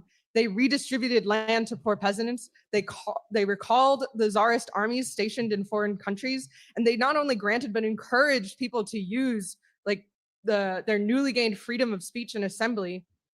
And this was done by the active participation of the masses, taking control of society and their own lives. And Lenin had declared, "Comrades, working people, remember that now you yourselves are at the helm of the state." Hang on. Not every communist is Jewish. I know there are going to be people in the chat who don't want to hear this. You can certainly make the argument that the majority of the leadership of the Bolsheviks was Jewish. You can absolutely make that argument, okay? Fine. You can absolutely make the argument that the majority of the Frankfurt School people who brought all this shit over here in the 30s were Jewish. You can absolutely make that argument. It is a batshit stupid argument to make that most of them are Jewish now, because that is just not the case. Most of them are not Jewish. And are there Jews involved? Yeah, sure. Yeah, absolutely, 100%. But are the majority of them Jewish? No. And I know that you know that, but like I feel the need to like really emphasize that for people who in their heads are thinking, "Oh, it must be like she's Jewish." Okay, maybe she is, maybe she isn't, but they're not all Jewish. They're really not. No one will help you if you yourselves do not unite and take into your hands all affairs of the state. Your Soviets are from now on the organs of state authority, legislative bodies with full powers. Rally around your Soviets, strengthen them. Get on with the job yourselves. Begin right at the bottom. Do not wait for anyone. Well, no, that's And not for the true news- either. That's not true either. There are a lot of white people, but there are also a lot of non-white people. You need to look up black communists, black socialists, black liberationists. There is a whole subset of black people. They come in all different colors. This is a bullshit conservative talking point that's just not true. They come in all shapes, all sizes, all colors, all genders, everything. Soviet government served as a beacon to the world working class, and to the world imperialist powers, it was a blaring emergency siren. World imperialist powers backed the Russian bourgeoisie, aristocrats, rich peasants, and supported the fascist white army in Russia. to wage a civil war against the Soviets and sent armies to try to strangle Bolshevism in its cradle, in the words of Winston Churchill. The enemy classes did not simply give up their wealth, Hey, thanks, property, Andre. and control in a Appreciate free and you. fair election. Go figure. But all was not well on the home front in many of these imperialist countries. During World War I, right, millions of workers and poor had been sent to slaughter each other for the gain of their country's the imperialists, right? And when the war ended, the destruction had wrecked Europe. And once these soldiers had returned home, the ones that survived, they were made to pay for all the damage. So the accumulated polarization from the war and the effect of the Russian Revolution meant that 1918 to 1923 was a very tumultuous period of revolution and counter-revolution all over the European continent and beyond. The survival of the Soviet Union in this period was in large part thanks to the revolutions which sprung up all over Europe and the support they had from a revolutionary mood around the world. International solidarity left the ruling classes of imperialist powers dealing with a war on two fronts. In Britain, the Labour Party threatened a general strike if the government declared war in Russia. On Russia. In Seattle, longshoremen workers refused shipments of arms that were intended for the White Army. And in 1918, there were revolutionary movements in Germany and Finland. And in 1919, you had a revolution in Hungary. And in the beginning of Italy's 2 red years, Japan, India, Egypt were all in states of unrest. In 1920, there were mass general strikes in Czechoslovakia and Norway. It never had the bourgeoisie been more afraid than this period of 1919, 1920. So the Soviet Union survived all of the Civil War, absolute chaos, a very underdeveloped economy, though not without huge losses in both lives and territory, with their resources very much drained. So it was absolutely clear that a workers' government could not continue indefinitely in isolation. Socialist revolution cannot be secured in one country, let alone an unindustrialized country like Russia was, with imperialist powers dead set on crushing it at the first opportunity. The revolution must be international or it will be asphyxiated. And this was always Lenin and the Bolsheviks' conception. The revolution must be international or it will be asphyxiated. That's what she just said. This is when they're saying we can't just have the revolution in one country. We have to have the revolution in all countries. So it's important to note here. The RCA are Marxist-Leninists. They do not like Stalin. They are very, very vocal about this. They do not like Stalin because they believe that Stalin fucked everything up. They believe Trotsky was the rightful inheritor of the revolution, and had Trotsky inherited it, things would have gone very differently. But the reason they think that Stalin fucked everything up is because Stalin didn't try to do communism on a global scale. Stalin also brought hierarchy back into it because there was hierarchy under Stalin, essentially. So they didn't even really believe that Stalin was a real communist. These guys also do not like Mao. For the same reason, they are not Maoists. They are vocally anti-Maoist, actually, because Mao is in the tradition of Stalin, okay? Now, there is some disagreement about this on the left. There are some groups on the left that don't mind Stalin. There are some groups on the left that don't mind Mao. But the majority of the groups on the far left are Marxist-Leninists that do dislike Stalin because Stalin didn't want communism to be global, and they do dislike Mao because Mao is in the tradition of Stalin. Okay, so when she's saying they will be if it only happens in one country, it's going to asphyxiate our revolution. She's basically saying if we don't do communism on a global scale, real communism hasn't been tried. Socialist revolution cannot be secured in one country, let alone an unindustrialized country like Russia was, with imperialist powers dead set on crushing it at the first opportunity. The revolution must be international or it will be asphyxiated. And by the way, remember, this is an international group. This is the Revolutionary Communists of America, but they have groups all over the world. There are these groups in Canada, the United Kingdom. I'm pretty sure Switzerland has one. I know that Italy has one. I think even like Pakistan has one. They have like these weird like outposts basically all over the world of people who are part of the international, what is it? Is it the International Communist something or other? The Revolutionary Communist International. That's what it is. Revolutionary Communist International. So they have all these different groups all over the world specifically for this reason. And they have an annual kind of like international conference where they all get together. Last year it was in Italy. And the translation was really annoying, so we didn't watch it. Yeah, Revolutionary Communist International. Thanks for Dragon Balls. I appreciate that. Also, thank you to Dragon Balls for being a member of the channel for 21 months. This is why conservatives screaming socialism has never worked or moved to a socialist country is ineffectual. Socialism only works internationally. That's exactly right. And this was always Lenin and the Bolsheviks' conception from the start. So the necessity of spreading the revolution, making it permanent around the world, was the reason for the founding of the Communist International, or the Third International, as it was. Yes, this is a really great point from Chicken Spawn. So again, we're only talking about the Revolutionary Communist International here. So the Revolutionary Communists of America and all their international friends. They will absolutely coordinate if a revolution is sparking off somewhere. They will absolutely coordinate with each other to try to spark off revolution in as many places as possible. Now, they may not be able to make that work, but like they're also open to there being different revolutions in different places at different times. Ultimately, they would all have to get to the same place, but 1,000%.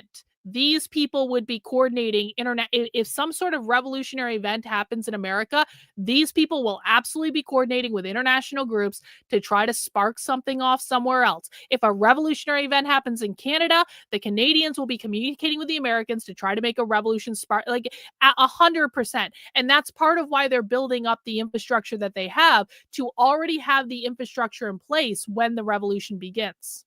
Really, really great point. Was known in 1918. So now the Second International, the Socialist International, was founded a few decades prior, 1889, to continue from the groundwork that Marx and Engels had originally laid in the First International to try to build an international workers' party, right? And since capitalism is a world system, they recognize the need for internationalism in theory. But the Second International presided over a substantial economic boom, and there were real improvements made in the lives of working people over this period. The parties in the Second International grew massively and were able to get party leaders elected and even like pass a lot of reforms, improvements for working people. But its popularity also meant that people began to see it as like an attractive political career option and not a vehicle for revolution. And so the transformation of these parties happened pretty quietly under the surface until, like, without people really knowing what was going on, until Edward Bernstein opened up the debate on reform or revolution, which Rosa Luxemburg famously polemicized against. Though unfortunately she found herself in a minority. Still, the degree to which the Socialist International had degenerated came as a shock to many, including Lenin. Criminally, when the fact of World War I was presented to them, the leaders of the parties in the Socialist International chose to support their own ruling classes on national lines. And these, again, were huge parties with ministers elected into parliaments, and they voted in favor of imperialist war for the sake of national unity and party discipline. And so in 1914 and all throughout the war, it was shown that these so-called socialists were more determined to preserve their own careers within a capitalist state apparatus and party bureaucracy than they were interested in socialism revolution. See, that is them shit talking Stalin. Does everyone understand? They were not a fan of this. They did not like how this whole thing developed. And the reason they talk about this, guys, is again, they're really trying to teach people, here's what you need to know when the revolution comes so that we don't fuck up in the same way that Stalin did. And thus they were actually hell-bent on preventing revolution rather than leading one. And this betrayal is an inevitable result of reformism, of constraining your ideas within the framework of capitalism. The betrayal of the socialist parties in the Second International and the surge in communist movements triggered by the Russian Revolution meant that a new international could be built and had to be built, essentially. One which condemned the opportunist leaders and stood for real internationalism and for world revolution. The Communist International, or the Comintern as it was called, was declared in 1918 and the first Congress took place in 1919. And its purpose was to unite the advanced elements of the working class, for them to come together and share their experiences, provide constructive criticism to each other, and take decisions and move together. The international ruling class was united in their opposition to Bolshevism. The only way to counter it was international working class unity. So in 1918 to 1919, in Finland, Italy, Germany, the socialist parties actually saved the bourgeoisie from mass movements, betrayed the working class, and paved the way for counter-revolution. At the same time, communist parties crystallized rapidly in country after country, making up tens of thousands of people who were rightly disgusted by the opportunism of the socialist parties, as well as that of the trade unions, and were eager to go beyond those social democratic limits and to revolutionary communism. So in 1920, 3/4 of the Socialist Party of France voted to join the Comintern, splitting away from their leadership, forming the Communist Party of France. They began with 110,000 members. In Germany, the USPD grew from 300,000 to 800,000 from 1919 to 1920. In Italy, the process was a little bit more protracted, but ultimately the ultra-left communist Amedeo Bordiga split off from the Socialist Party with about 60,000 members, which was about half of the Socialist Party. And if they had stayed, they might have been able to win over nearly everyone. With the rapid growth. Well, yup, and there's the problem, isn't it? What she's saying is actually she's making a good argument. Now, obviously, we're not saying she's making a good argument about the merits of communism. The argument that she's making is, here is how you overthrow society.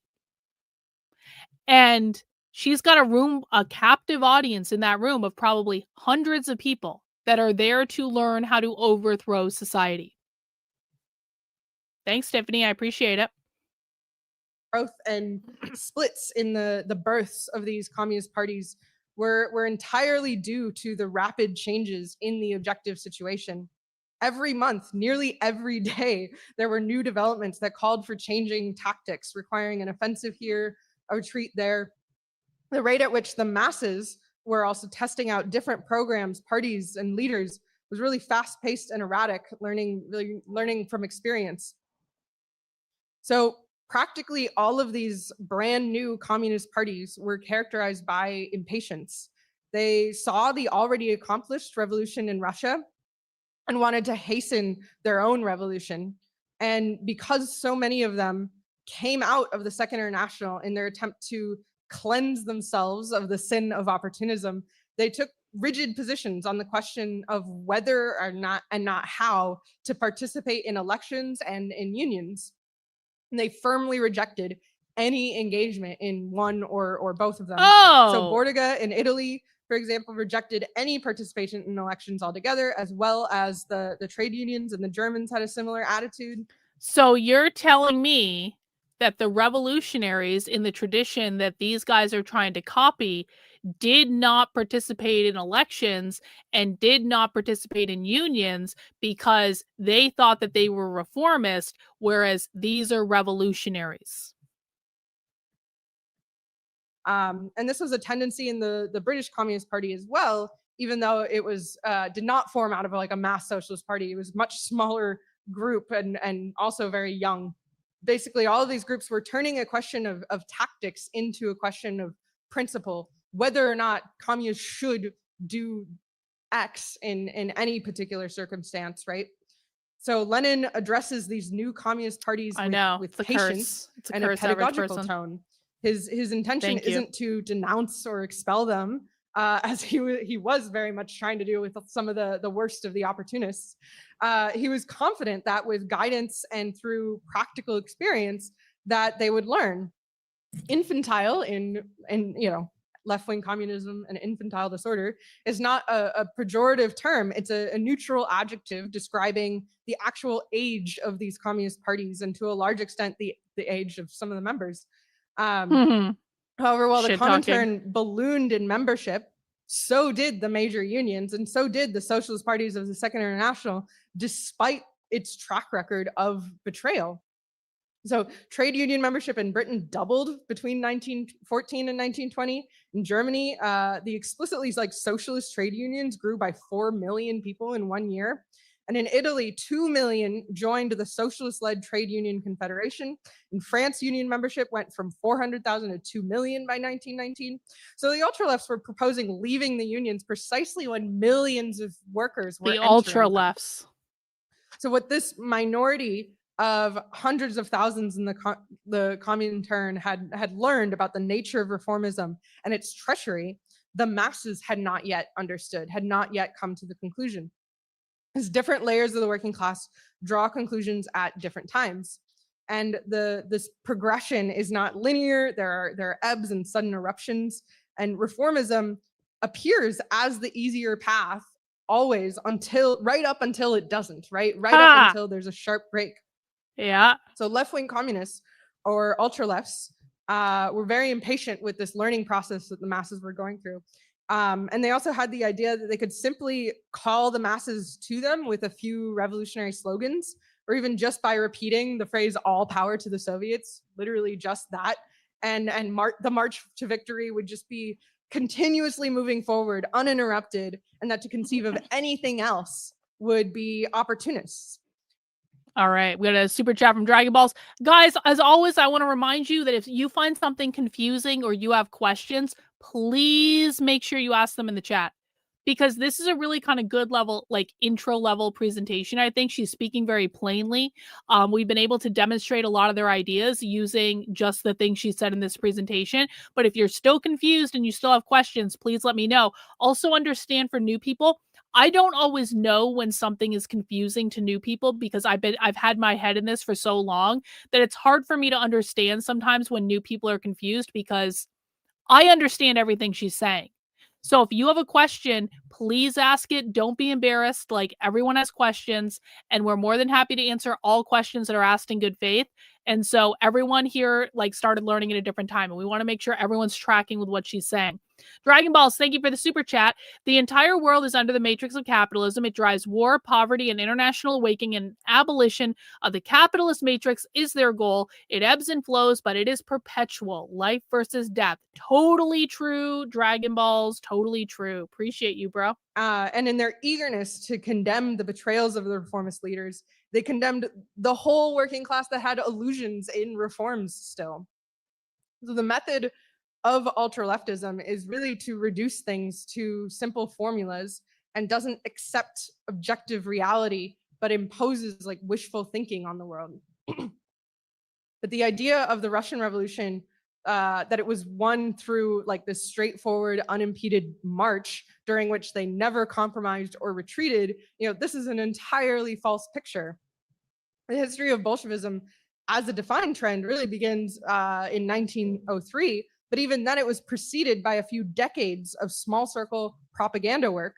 And this history is riddled with setbacks, extremely adverse conditions, and also mistakes. So when World War I first broke out in 1914, rabid national chauvinism had infected the working class. Rabid national chauvinism. Leaders. And so the forces Not of communism, that. even in Russia, were reduced to very little in those early years. And communists all across Europe were thrown in jail, right, for opposing the war. But as the war dragged on, it turned into its opposite, and the dam just broke first in Russia. And there was a reason that the working class took power in Russia first. Before Germany, France, Britain, all places where capitalism was more developed and the working class made up a greater proportion of the population. And it's because experience teaches, and the Russian masses, as well as the Bolsheviks in the party, went through a multitude of diverse experience through which the Bolsheviks drew lessons. Lenin says, in no other country has there been concentrated in so brief a period such a wealth of forms, shades, and methods of struggle of all classes of modern society. So the Russian Revolution was successful because first, the masses had learned to see reality as it is through that collective experience. And second, because there was a party with far-sighted leadership, which could go through experiences that with them and explain the lessons at every step. So in February of 1917, what started as a strike of women textile workers due to mass discontent with the war spread to a mass general strike demanding peace, bread, and land. There it is. And it escalated to the point where the mass general strike is what ignited the Russian Revolution. In America, they are trying to organize a mass general strike for May 2028. The mass general strike is designed to spark the revolution because this is the model that they're basing this on. Decisions were carried out by the Soviets, these workers' councils and soldiers' councils. The laws and declarations basically were enforced by the people themselves, and the masses held power within their hands, but they didn't actually know it. They hesitated to go all the way. They lacked direction and leadership. In February, the Bolsheviks only had 2,000 members in Petrograd, their stronghold, their biggest stronghold. And despite being numerically very weak and initially basically taken off guard by the movement, they got their bearings and they met to discuss what action was needed to transform the general strike into an armed insurrection. They put out the calls to start fraternizing with the troops and disarm the police, to arm the workers, to take power. And the workers had begun to take some of these steps already. But the bourgeoisie took advantage of the masses' hesitation and the lack of a leadership that had the masses behind them. And they scrambled together a provisional body to try and calm things down until they gained full control again. And this was the provisional government.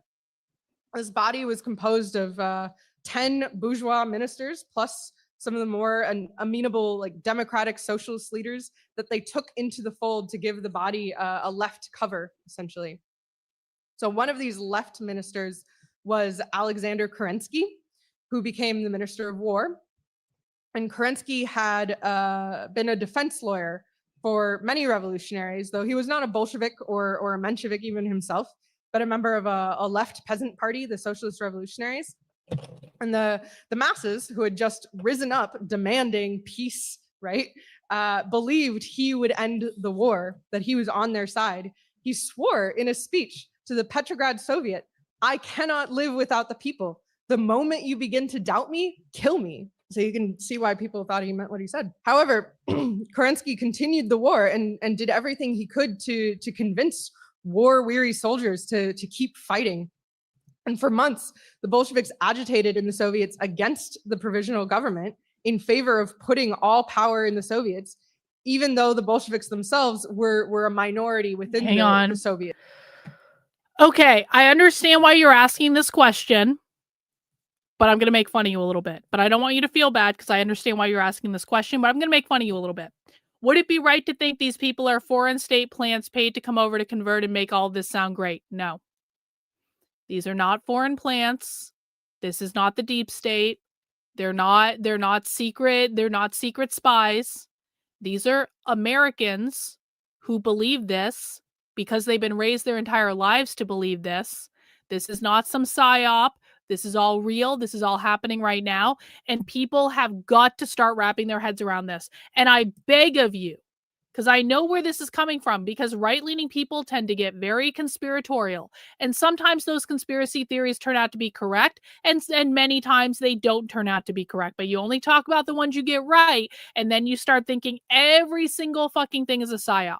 This is not a psyop. This is not a foreign state actor. This is not internationally funded. This is not funded by George Soros. This is not coming from anywhere other than this is an organic thing in which all of these people believe exactly what you think they believe because they're telling you what they believe.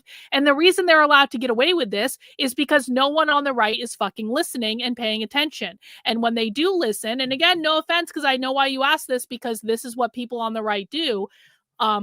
It's not a you thing, it's a cultural thing on the right, where the right doesn't want to actually face real world problems. And so they think everything is a psyop and everything is a foreign funded operation and everything is the deep state and it's all this, that, and the other.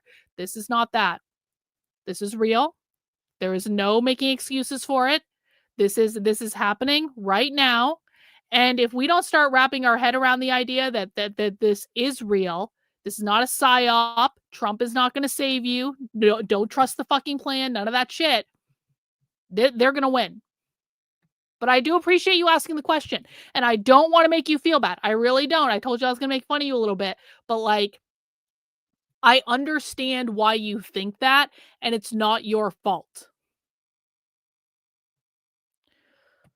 Oh! Have you ever read the Communist Manifesto? This is only for Maverick here. Have you ever read the Communist Manifesto? Yes or no?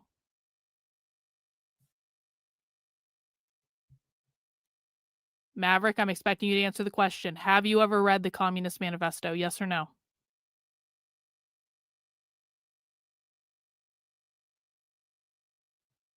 We're stopping the entire stream just for you, bro. Come on. Have you ever read the Communist Manifesto? Yes or no? I love it when people ask me questions, then I ask them a question back and they don't answer. I love that. I know there's a delay sometimes, so we're waiting for the delay right now, but I expect an answer. Have you ever read the Communist Manifesto?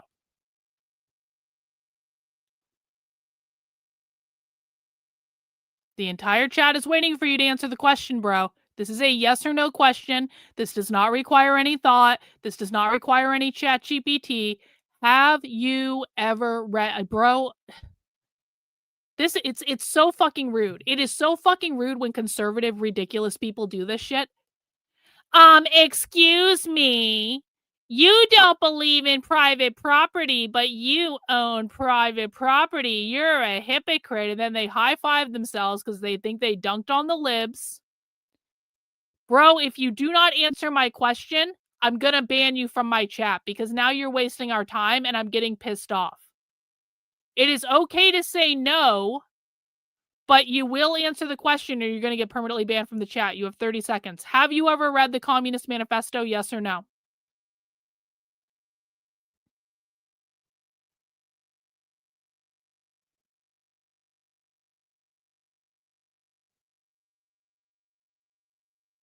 Conservatives wasting my time, wasting all of our time because he won't answer a fucking question. Okay, you've got 10 fucking seconds to answer. I'm going to permanently ban you from the chat. 10, 9, 8, 7, 6, 5, 4, 3, 2, 1. Too bad, so sad, bro. Permanent ban. Because you know what? You asked a fair question, but I can't answer the question if you are going to completely disengage. So let me go back. Could have just answered the fucking question. Didn't have to be a dick about it. For people who know the answer to the question, why did I ask him if he's ever read the Communist Manifesto? You can go ahead and chat in that answer. I'm going to have to go back and find his fucking account now. I can't even fucking find him. Did he run away scared? Well, he may get off because I don't know if I want to actually go back through every single fucking chat. Oh, I found him. Found him. Bye, bro. All right. Yeah, a conservative holding everything up by not participating. Like, I imagine my fucking shock.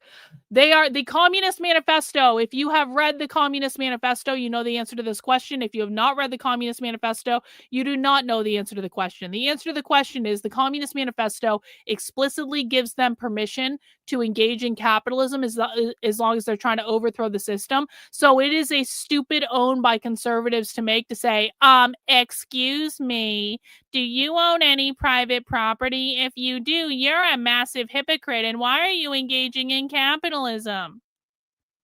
The Communist Manifesto literally gives them permission to do it. So they're not hypocrites. You just don't understand their ideology. And had that person actually just answered the question, like, he could have been educated about like what happened, but since he refused to engage and he wasted all of our times, he is no longer welcome. See how that works? I don't mind if people ask questions. I do mind when people are completely disrespectful, and because there's nothing, like, honestly, like, side note, there is nothing you can do. Well, I shouldn't say that. There is almost nothing you can do to annoy me more than completely ignore me when I ask you a question, or just don't even acknowledge that I've said something. Like if I message someone and they fucking ignore it and they do this over and over and over again, there's nothing you can do to annoy me more. And the same with the chat. If you are asking me a question, I am more than willing to answer the question. But if I ask you a question back and you don't answer because you're fucking afraid, there is nothing that you can do that annoys me more. And so if you're going to pull that shit because you're a massive fucking pussy, that you don't want to be wrong in an internet chat where you're not even using your real name, you're no use to me in fighting the left at all. So if you're going to ask me a question, everyone is allowed to ask questions. But if you ask a question and I ask you something in return and you refuse to answer and then you end up wasting all of our time, you aren't going to be here anymore. It's a significant layer of the workers and soldiers did begin to doubt Kerensky meant what he said. In July of 1917, a movement in Petrograd erupted against the provisional government, and they raised the slogan, "Down with the provisional government," basically for an insurrection. But the Petrograd workers weren't the only ones that were unhappy with the Minister of War. The military generals also despised him because they blamed him for encouraging the soldiers to democratize the army and for undermining the efforts of this imperialist war. And these generals organized a coup against the provisional government. So the Bolsheviks, whom yesterday were so critical of Kerensky, were now in a position where they had to defend him. Why don't you just ignore people? You are in a classroom. You are in a classroom. This is a classroom. You are in my classroom. Did you ever have an effective teacher in your life that ignored the fucking class?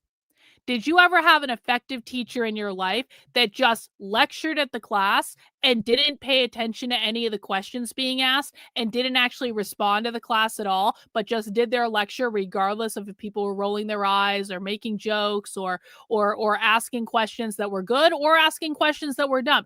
Did you ever have a teacher that just stood up there and lectured without paying attention? You are in a classroom right now. You are in my classroom and you are in my research laboratory. That is the exercise that we're doing.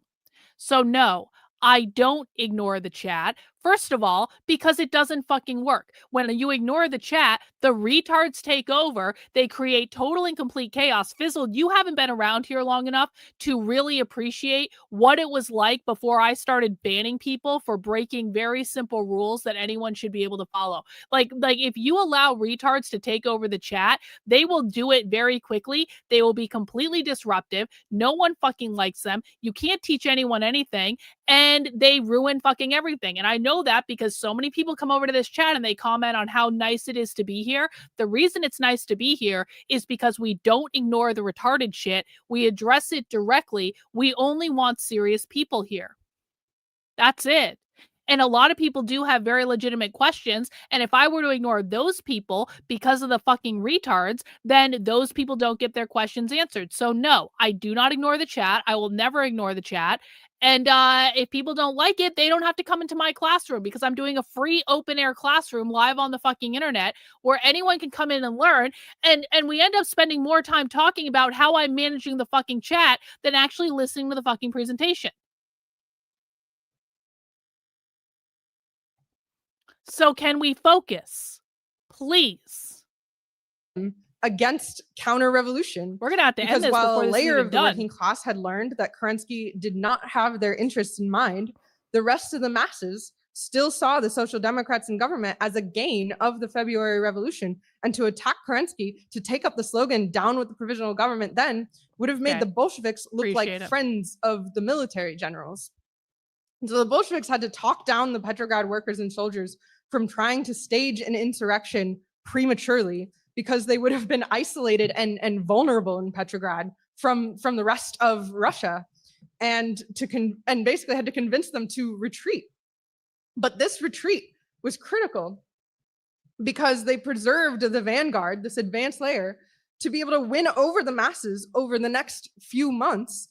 And the Bolsheviks were able to prove themselves to be the consistent defenders of the working class against war, against poverty, and exposed Kerensky for his conciliationism and cowardice. And this was just a few months before the Soviets took power in October of 1917. So Lenin wrote left-wing communism in order to teach revolutionaries how to strategize, to teach them the method of thinking for themselves, which tactics are appropriated under what circumstances, because no slogan is inherently correct under all conditions. And we must take into account our forces and the development of class consciousness, the masses, and not just a layer of them in some of these like calculations. There's a conception that a party is simply a word next to a name on a ballot sheet, but a revolutionary party consists of its ideas and program. Our goal is not to get someone elected as president of the most reactionary imperialist power to ever exist. Our goal is to help the working class overthrow American imperialism as part of a worldwide revolution. Oh, hello. Oh, hello. Hello, communists. Hello, communists. What did she just say? Our goal is not to get someone elected. Our goal is to help the proletarians overthrow the imperialist American government. This is what I told you earlier. The Revolutionary Communists of America are a political party, but they're not a political party to get people elected to office because they don't believe in getting people elected to office. They're a political party to give people something to join, to organize the proletarian for the eventual overthrow of the United States government. Can we just listen to that again? Can we just do that again, please? And let me I'm gonna record this one because this makes a nice clip. Calculations. There's a conception that a party is in circumstances, because no slogan is inherently correct under all conditions. And we must take into account our forces and the development of class consciousness, the masses, and not just a layer of them in some of these like calculations. There's a conception that a party is simply a word next to a name on a ballot sheet, but a revolutionary party consists of its ideas and program. Our goal is not to get someone elected as president of the most reactionary imperialist power to ever exist. Our goal is to help the working class overthrow American imperialism as part of a worldwide revolution.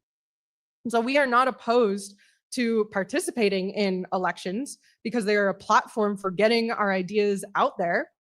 We are not at a point where we could run our own independence here yet ourselves. That's something that takes a lot of resources. We're not big enough. But what matters is how and to what end communists participate in elections.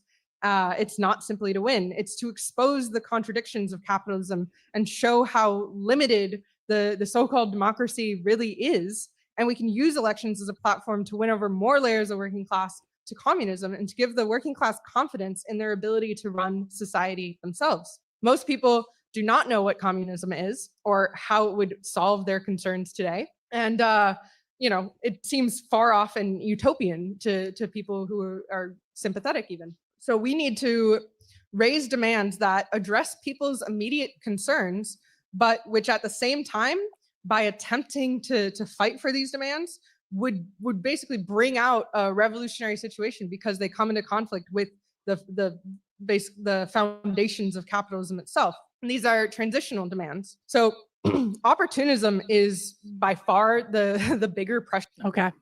That's a good enough clip. I like that they scrolled through all of their things as well, so everyone could get a good idea of all the different things that they have. All right, let's keep going. Sure, we face, but the betrayals of opportunism can lead to an ultra left approach. And there's an element of this in the movements that have broken out in Indonesia, in the youth movement of Kenya in 2024, where you see a rejection of parties Hang on. I got a offensive fucking saint put this in the chat as I was making that clip, and I almost yelled at him. Bro, you're piling it on a little thick, okay? You're piling it on. It's a little thick right now. It's just a little thick, okay? Like, first of all, you're a griper. You're young as fuck. You're like a little brother. All right, like, come on, like, rated it.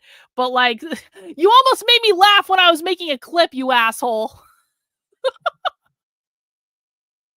All leaders, because they have seen all they've seen are examples of opportunist leaders and dishonest politicians and corrupt parties. So maybe I think you've heard something about our new mayor here in New York. And Mamdani's election represents a significant shift in the general consciousness of the masses.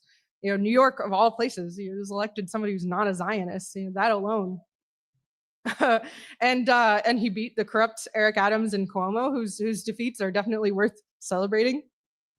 But the ruling class has gone on the offensive against him. You know, the Wall Street Journal saying, you know, want Soviet breadlines, vote for Mamdani, right? Bloomberg funneled millions of dollars into ads against Zoran. Trump has threatened to send the National Guard troops and withhold federal funds from New York with Mamdani as mayor, right? And so Mamdani could try to propose a budget next summer that funds some of the programs that he campaigned on, you know, free childcare, free buses, cheaper groceries. And if he does, there will be really strong resistance from the capitalists, from other Democrats to such a budget. And they will fight tooth and nail against raising taxes for the rich. He could use that, like Zoran could use that resistance to expose the whole system. You know, all the campaigners that knocked on millions of doors in the lead up to the election could be mobilized into workplaces and neighborhoods. And we could tell people that only the collective power of the working class can win free transit and cheaper groceries. And the masses would then learn in the actual struggle for around like a city budget that like who the real class enemy is. And it could go much farther than just a fight for a city budget. But really, it's not Zoran himself that Trump, Cuomo, and Bloomberg would see as a threat. There's the Okay. I am not going to answer this question until you rephrase it so you don't sound like a fucking retard. I understand that you guys like this Anquifa thing, but you understand that's not real, right? We don't, this is like, we don't talk like retards here when we're actually in class. We can make jokes and stuff like that, but rephrase your question to remove all absolute retardation from it. And you might also find that like the basis of your question isn't even true. You just don't know what the fuck you're talking about. So rephrase your question if you want me to answer it, and don't sound like a retard this time. working class people that voted for him who might start thinking they can fight for better standards of living, even without any additional encouragement. Well, one section of the ruling class outright attacks. What on earth makes you think they always look like posers? What do you want them to look like? What do you want them to look like? What do you expect them to look like? How does she look like a poser? Do you think that communists are like, what exactly do you want them to look like? Do you know what Lenin looked like? Do you know what the Bolsheviks look like? Like, they look like people, bro. They look like people just like anyone else. So I think it's a dumb question, honestly. It's a dumb retard conservative question because conservatives want to say they're all weaklings and we have all the guns, except they don't have all the guns, and you know, they don't have any plan to use them either. Hey, thanks to ladies by donation to keep up the great work. Much respect always. Hey, thank you. I appreciate it.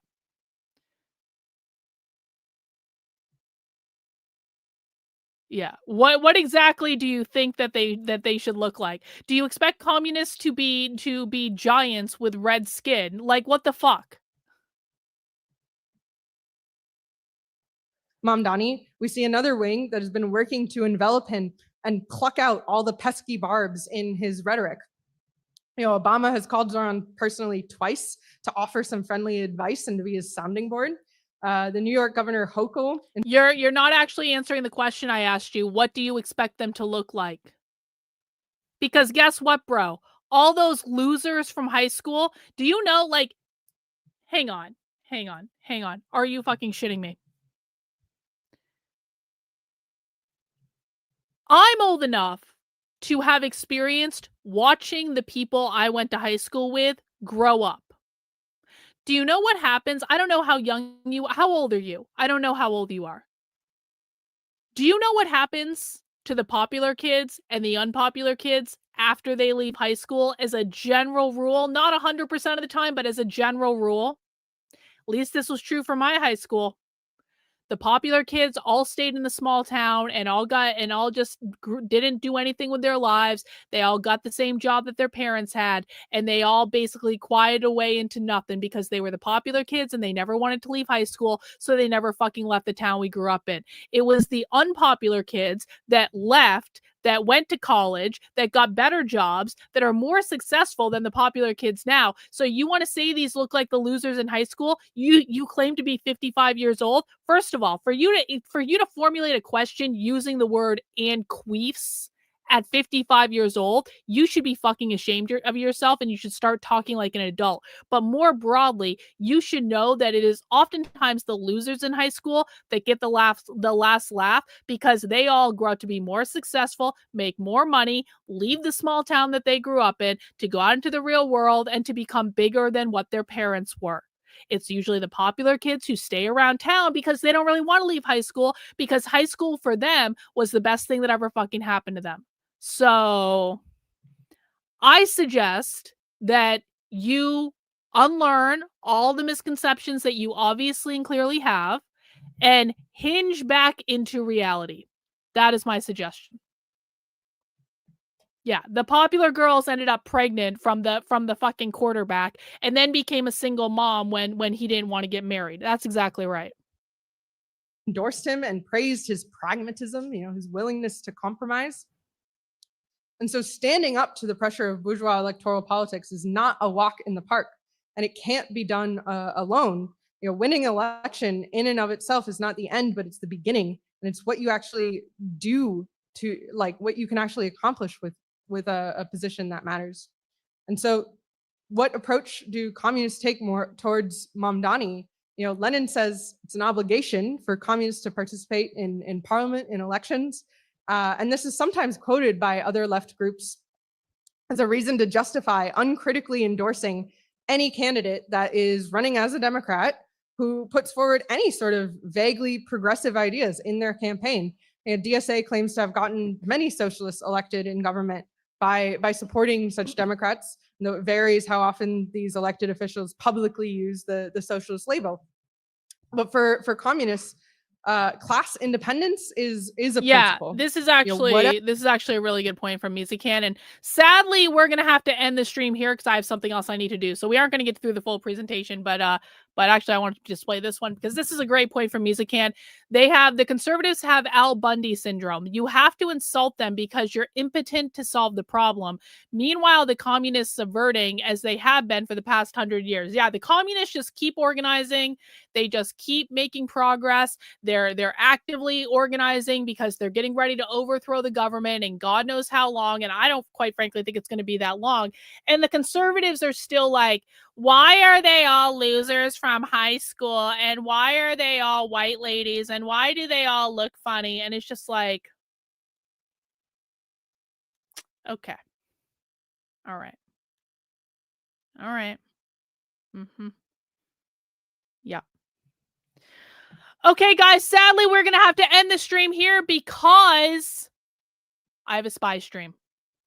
So if you want to go inside a live leftist organizer, I think we get the basic gist from the RCA stuff. I mean, they want it. We know what the RCA thinks and believes. They want to overthrow the government. They're educating the masses to do it. Yada, yada, yada. If you want to watch the rest of the presentation, I would encourage you to do so. We already got our golden nuggets. But we have a spy stream to get to because we're going into a live leftist organizing call. If you would like to join us, you can become a member of the YouTube channel. That's one way to join. You can become a member of my Substack. That's another way to join. I believe that the Rumble people should have access to my locals. I think that's how it works. I posted the information in locals for people who are members there. And I posted on Patreon and Twitter subscribers for people who are members there. So if you are a YouTube channel member, go to the community or post tab. You are going to find the link to join us for the spy stream. That's going to be starting in about 10 to 15 minutes. I just need to take a quick break. I need to set up the other stream. I need to go to the bathroom and stuff like that. And so then I'm going to start the spy stream. The actual meeting will get started around 8 p.m. And we are going inside a live leftist organizing call, and we're going to see what they're planning next. And I really don't know what we're going to find tonight. I actually really don't know. So we will see. Maybe I will get a beer. Maybe I will. Maybe I will. All right, guys. Thank you for hanging out with me. I appreciate it. And I will see you in a little bit. Bye.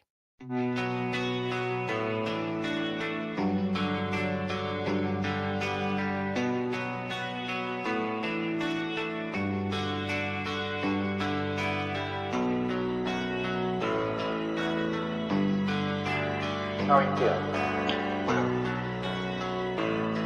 How long have you been here? 3 months, May 17th. And what brought you? That's difficult to answer.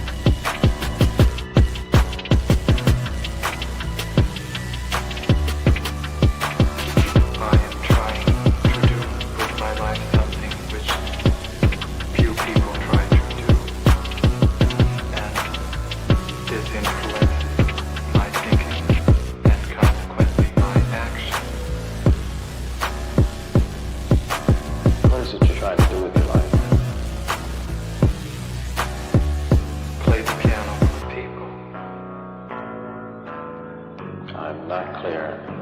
How is it that playing the piano for people has eventually resulted in your being here in the hospital?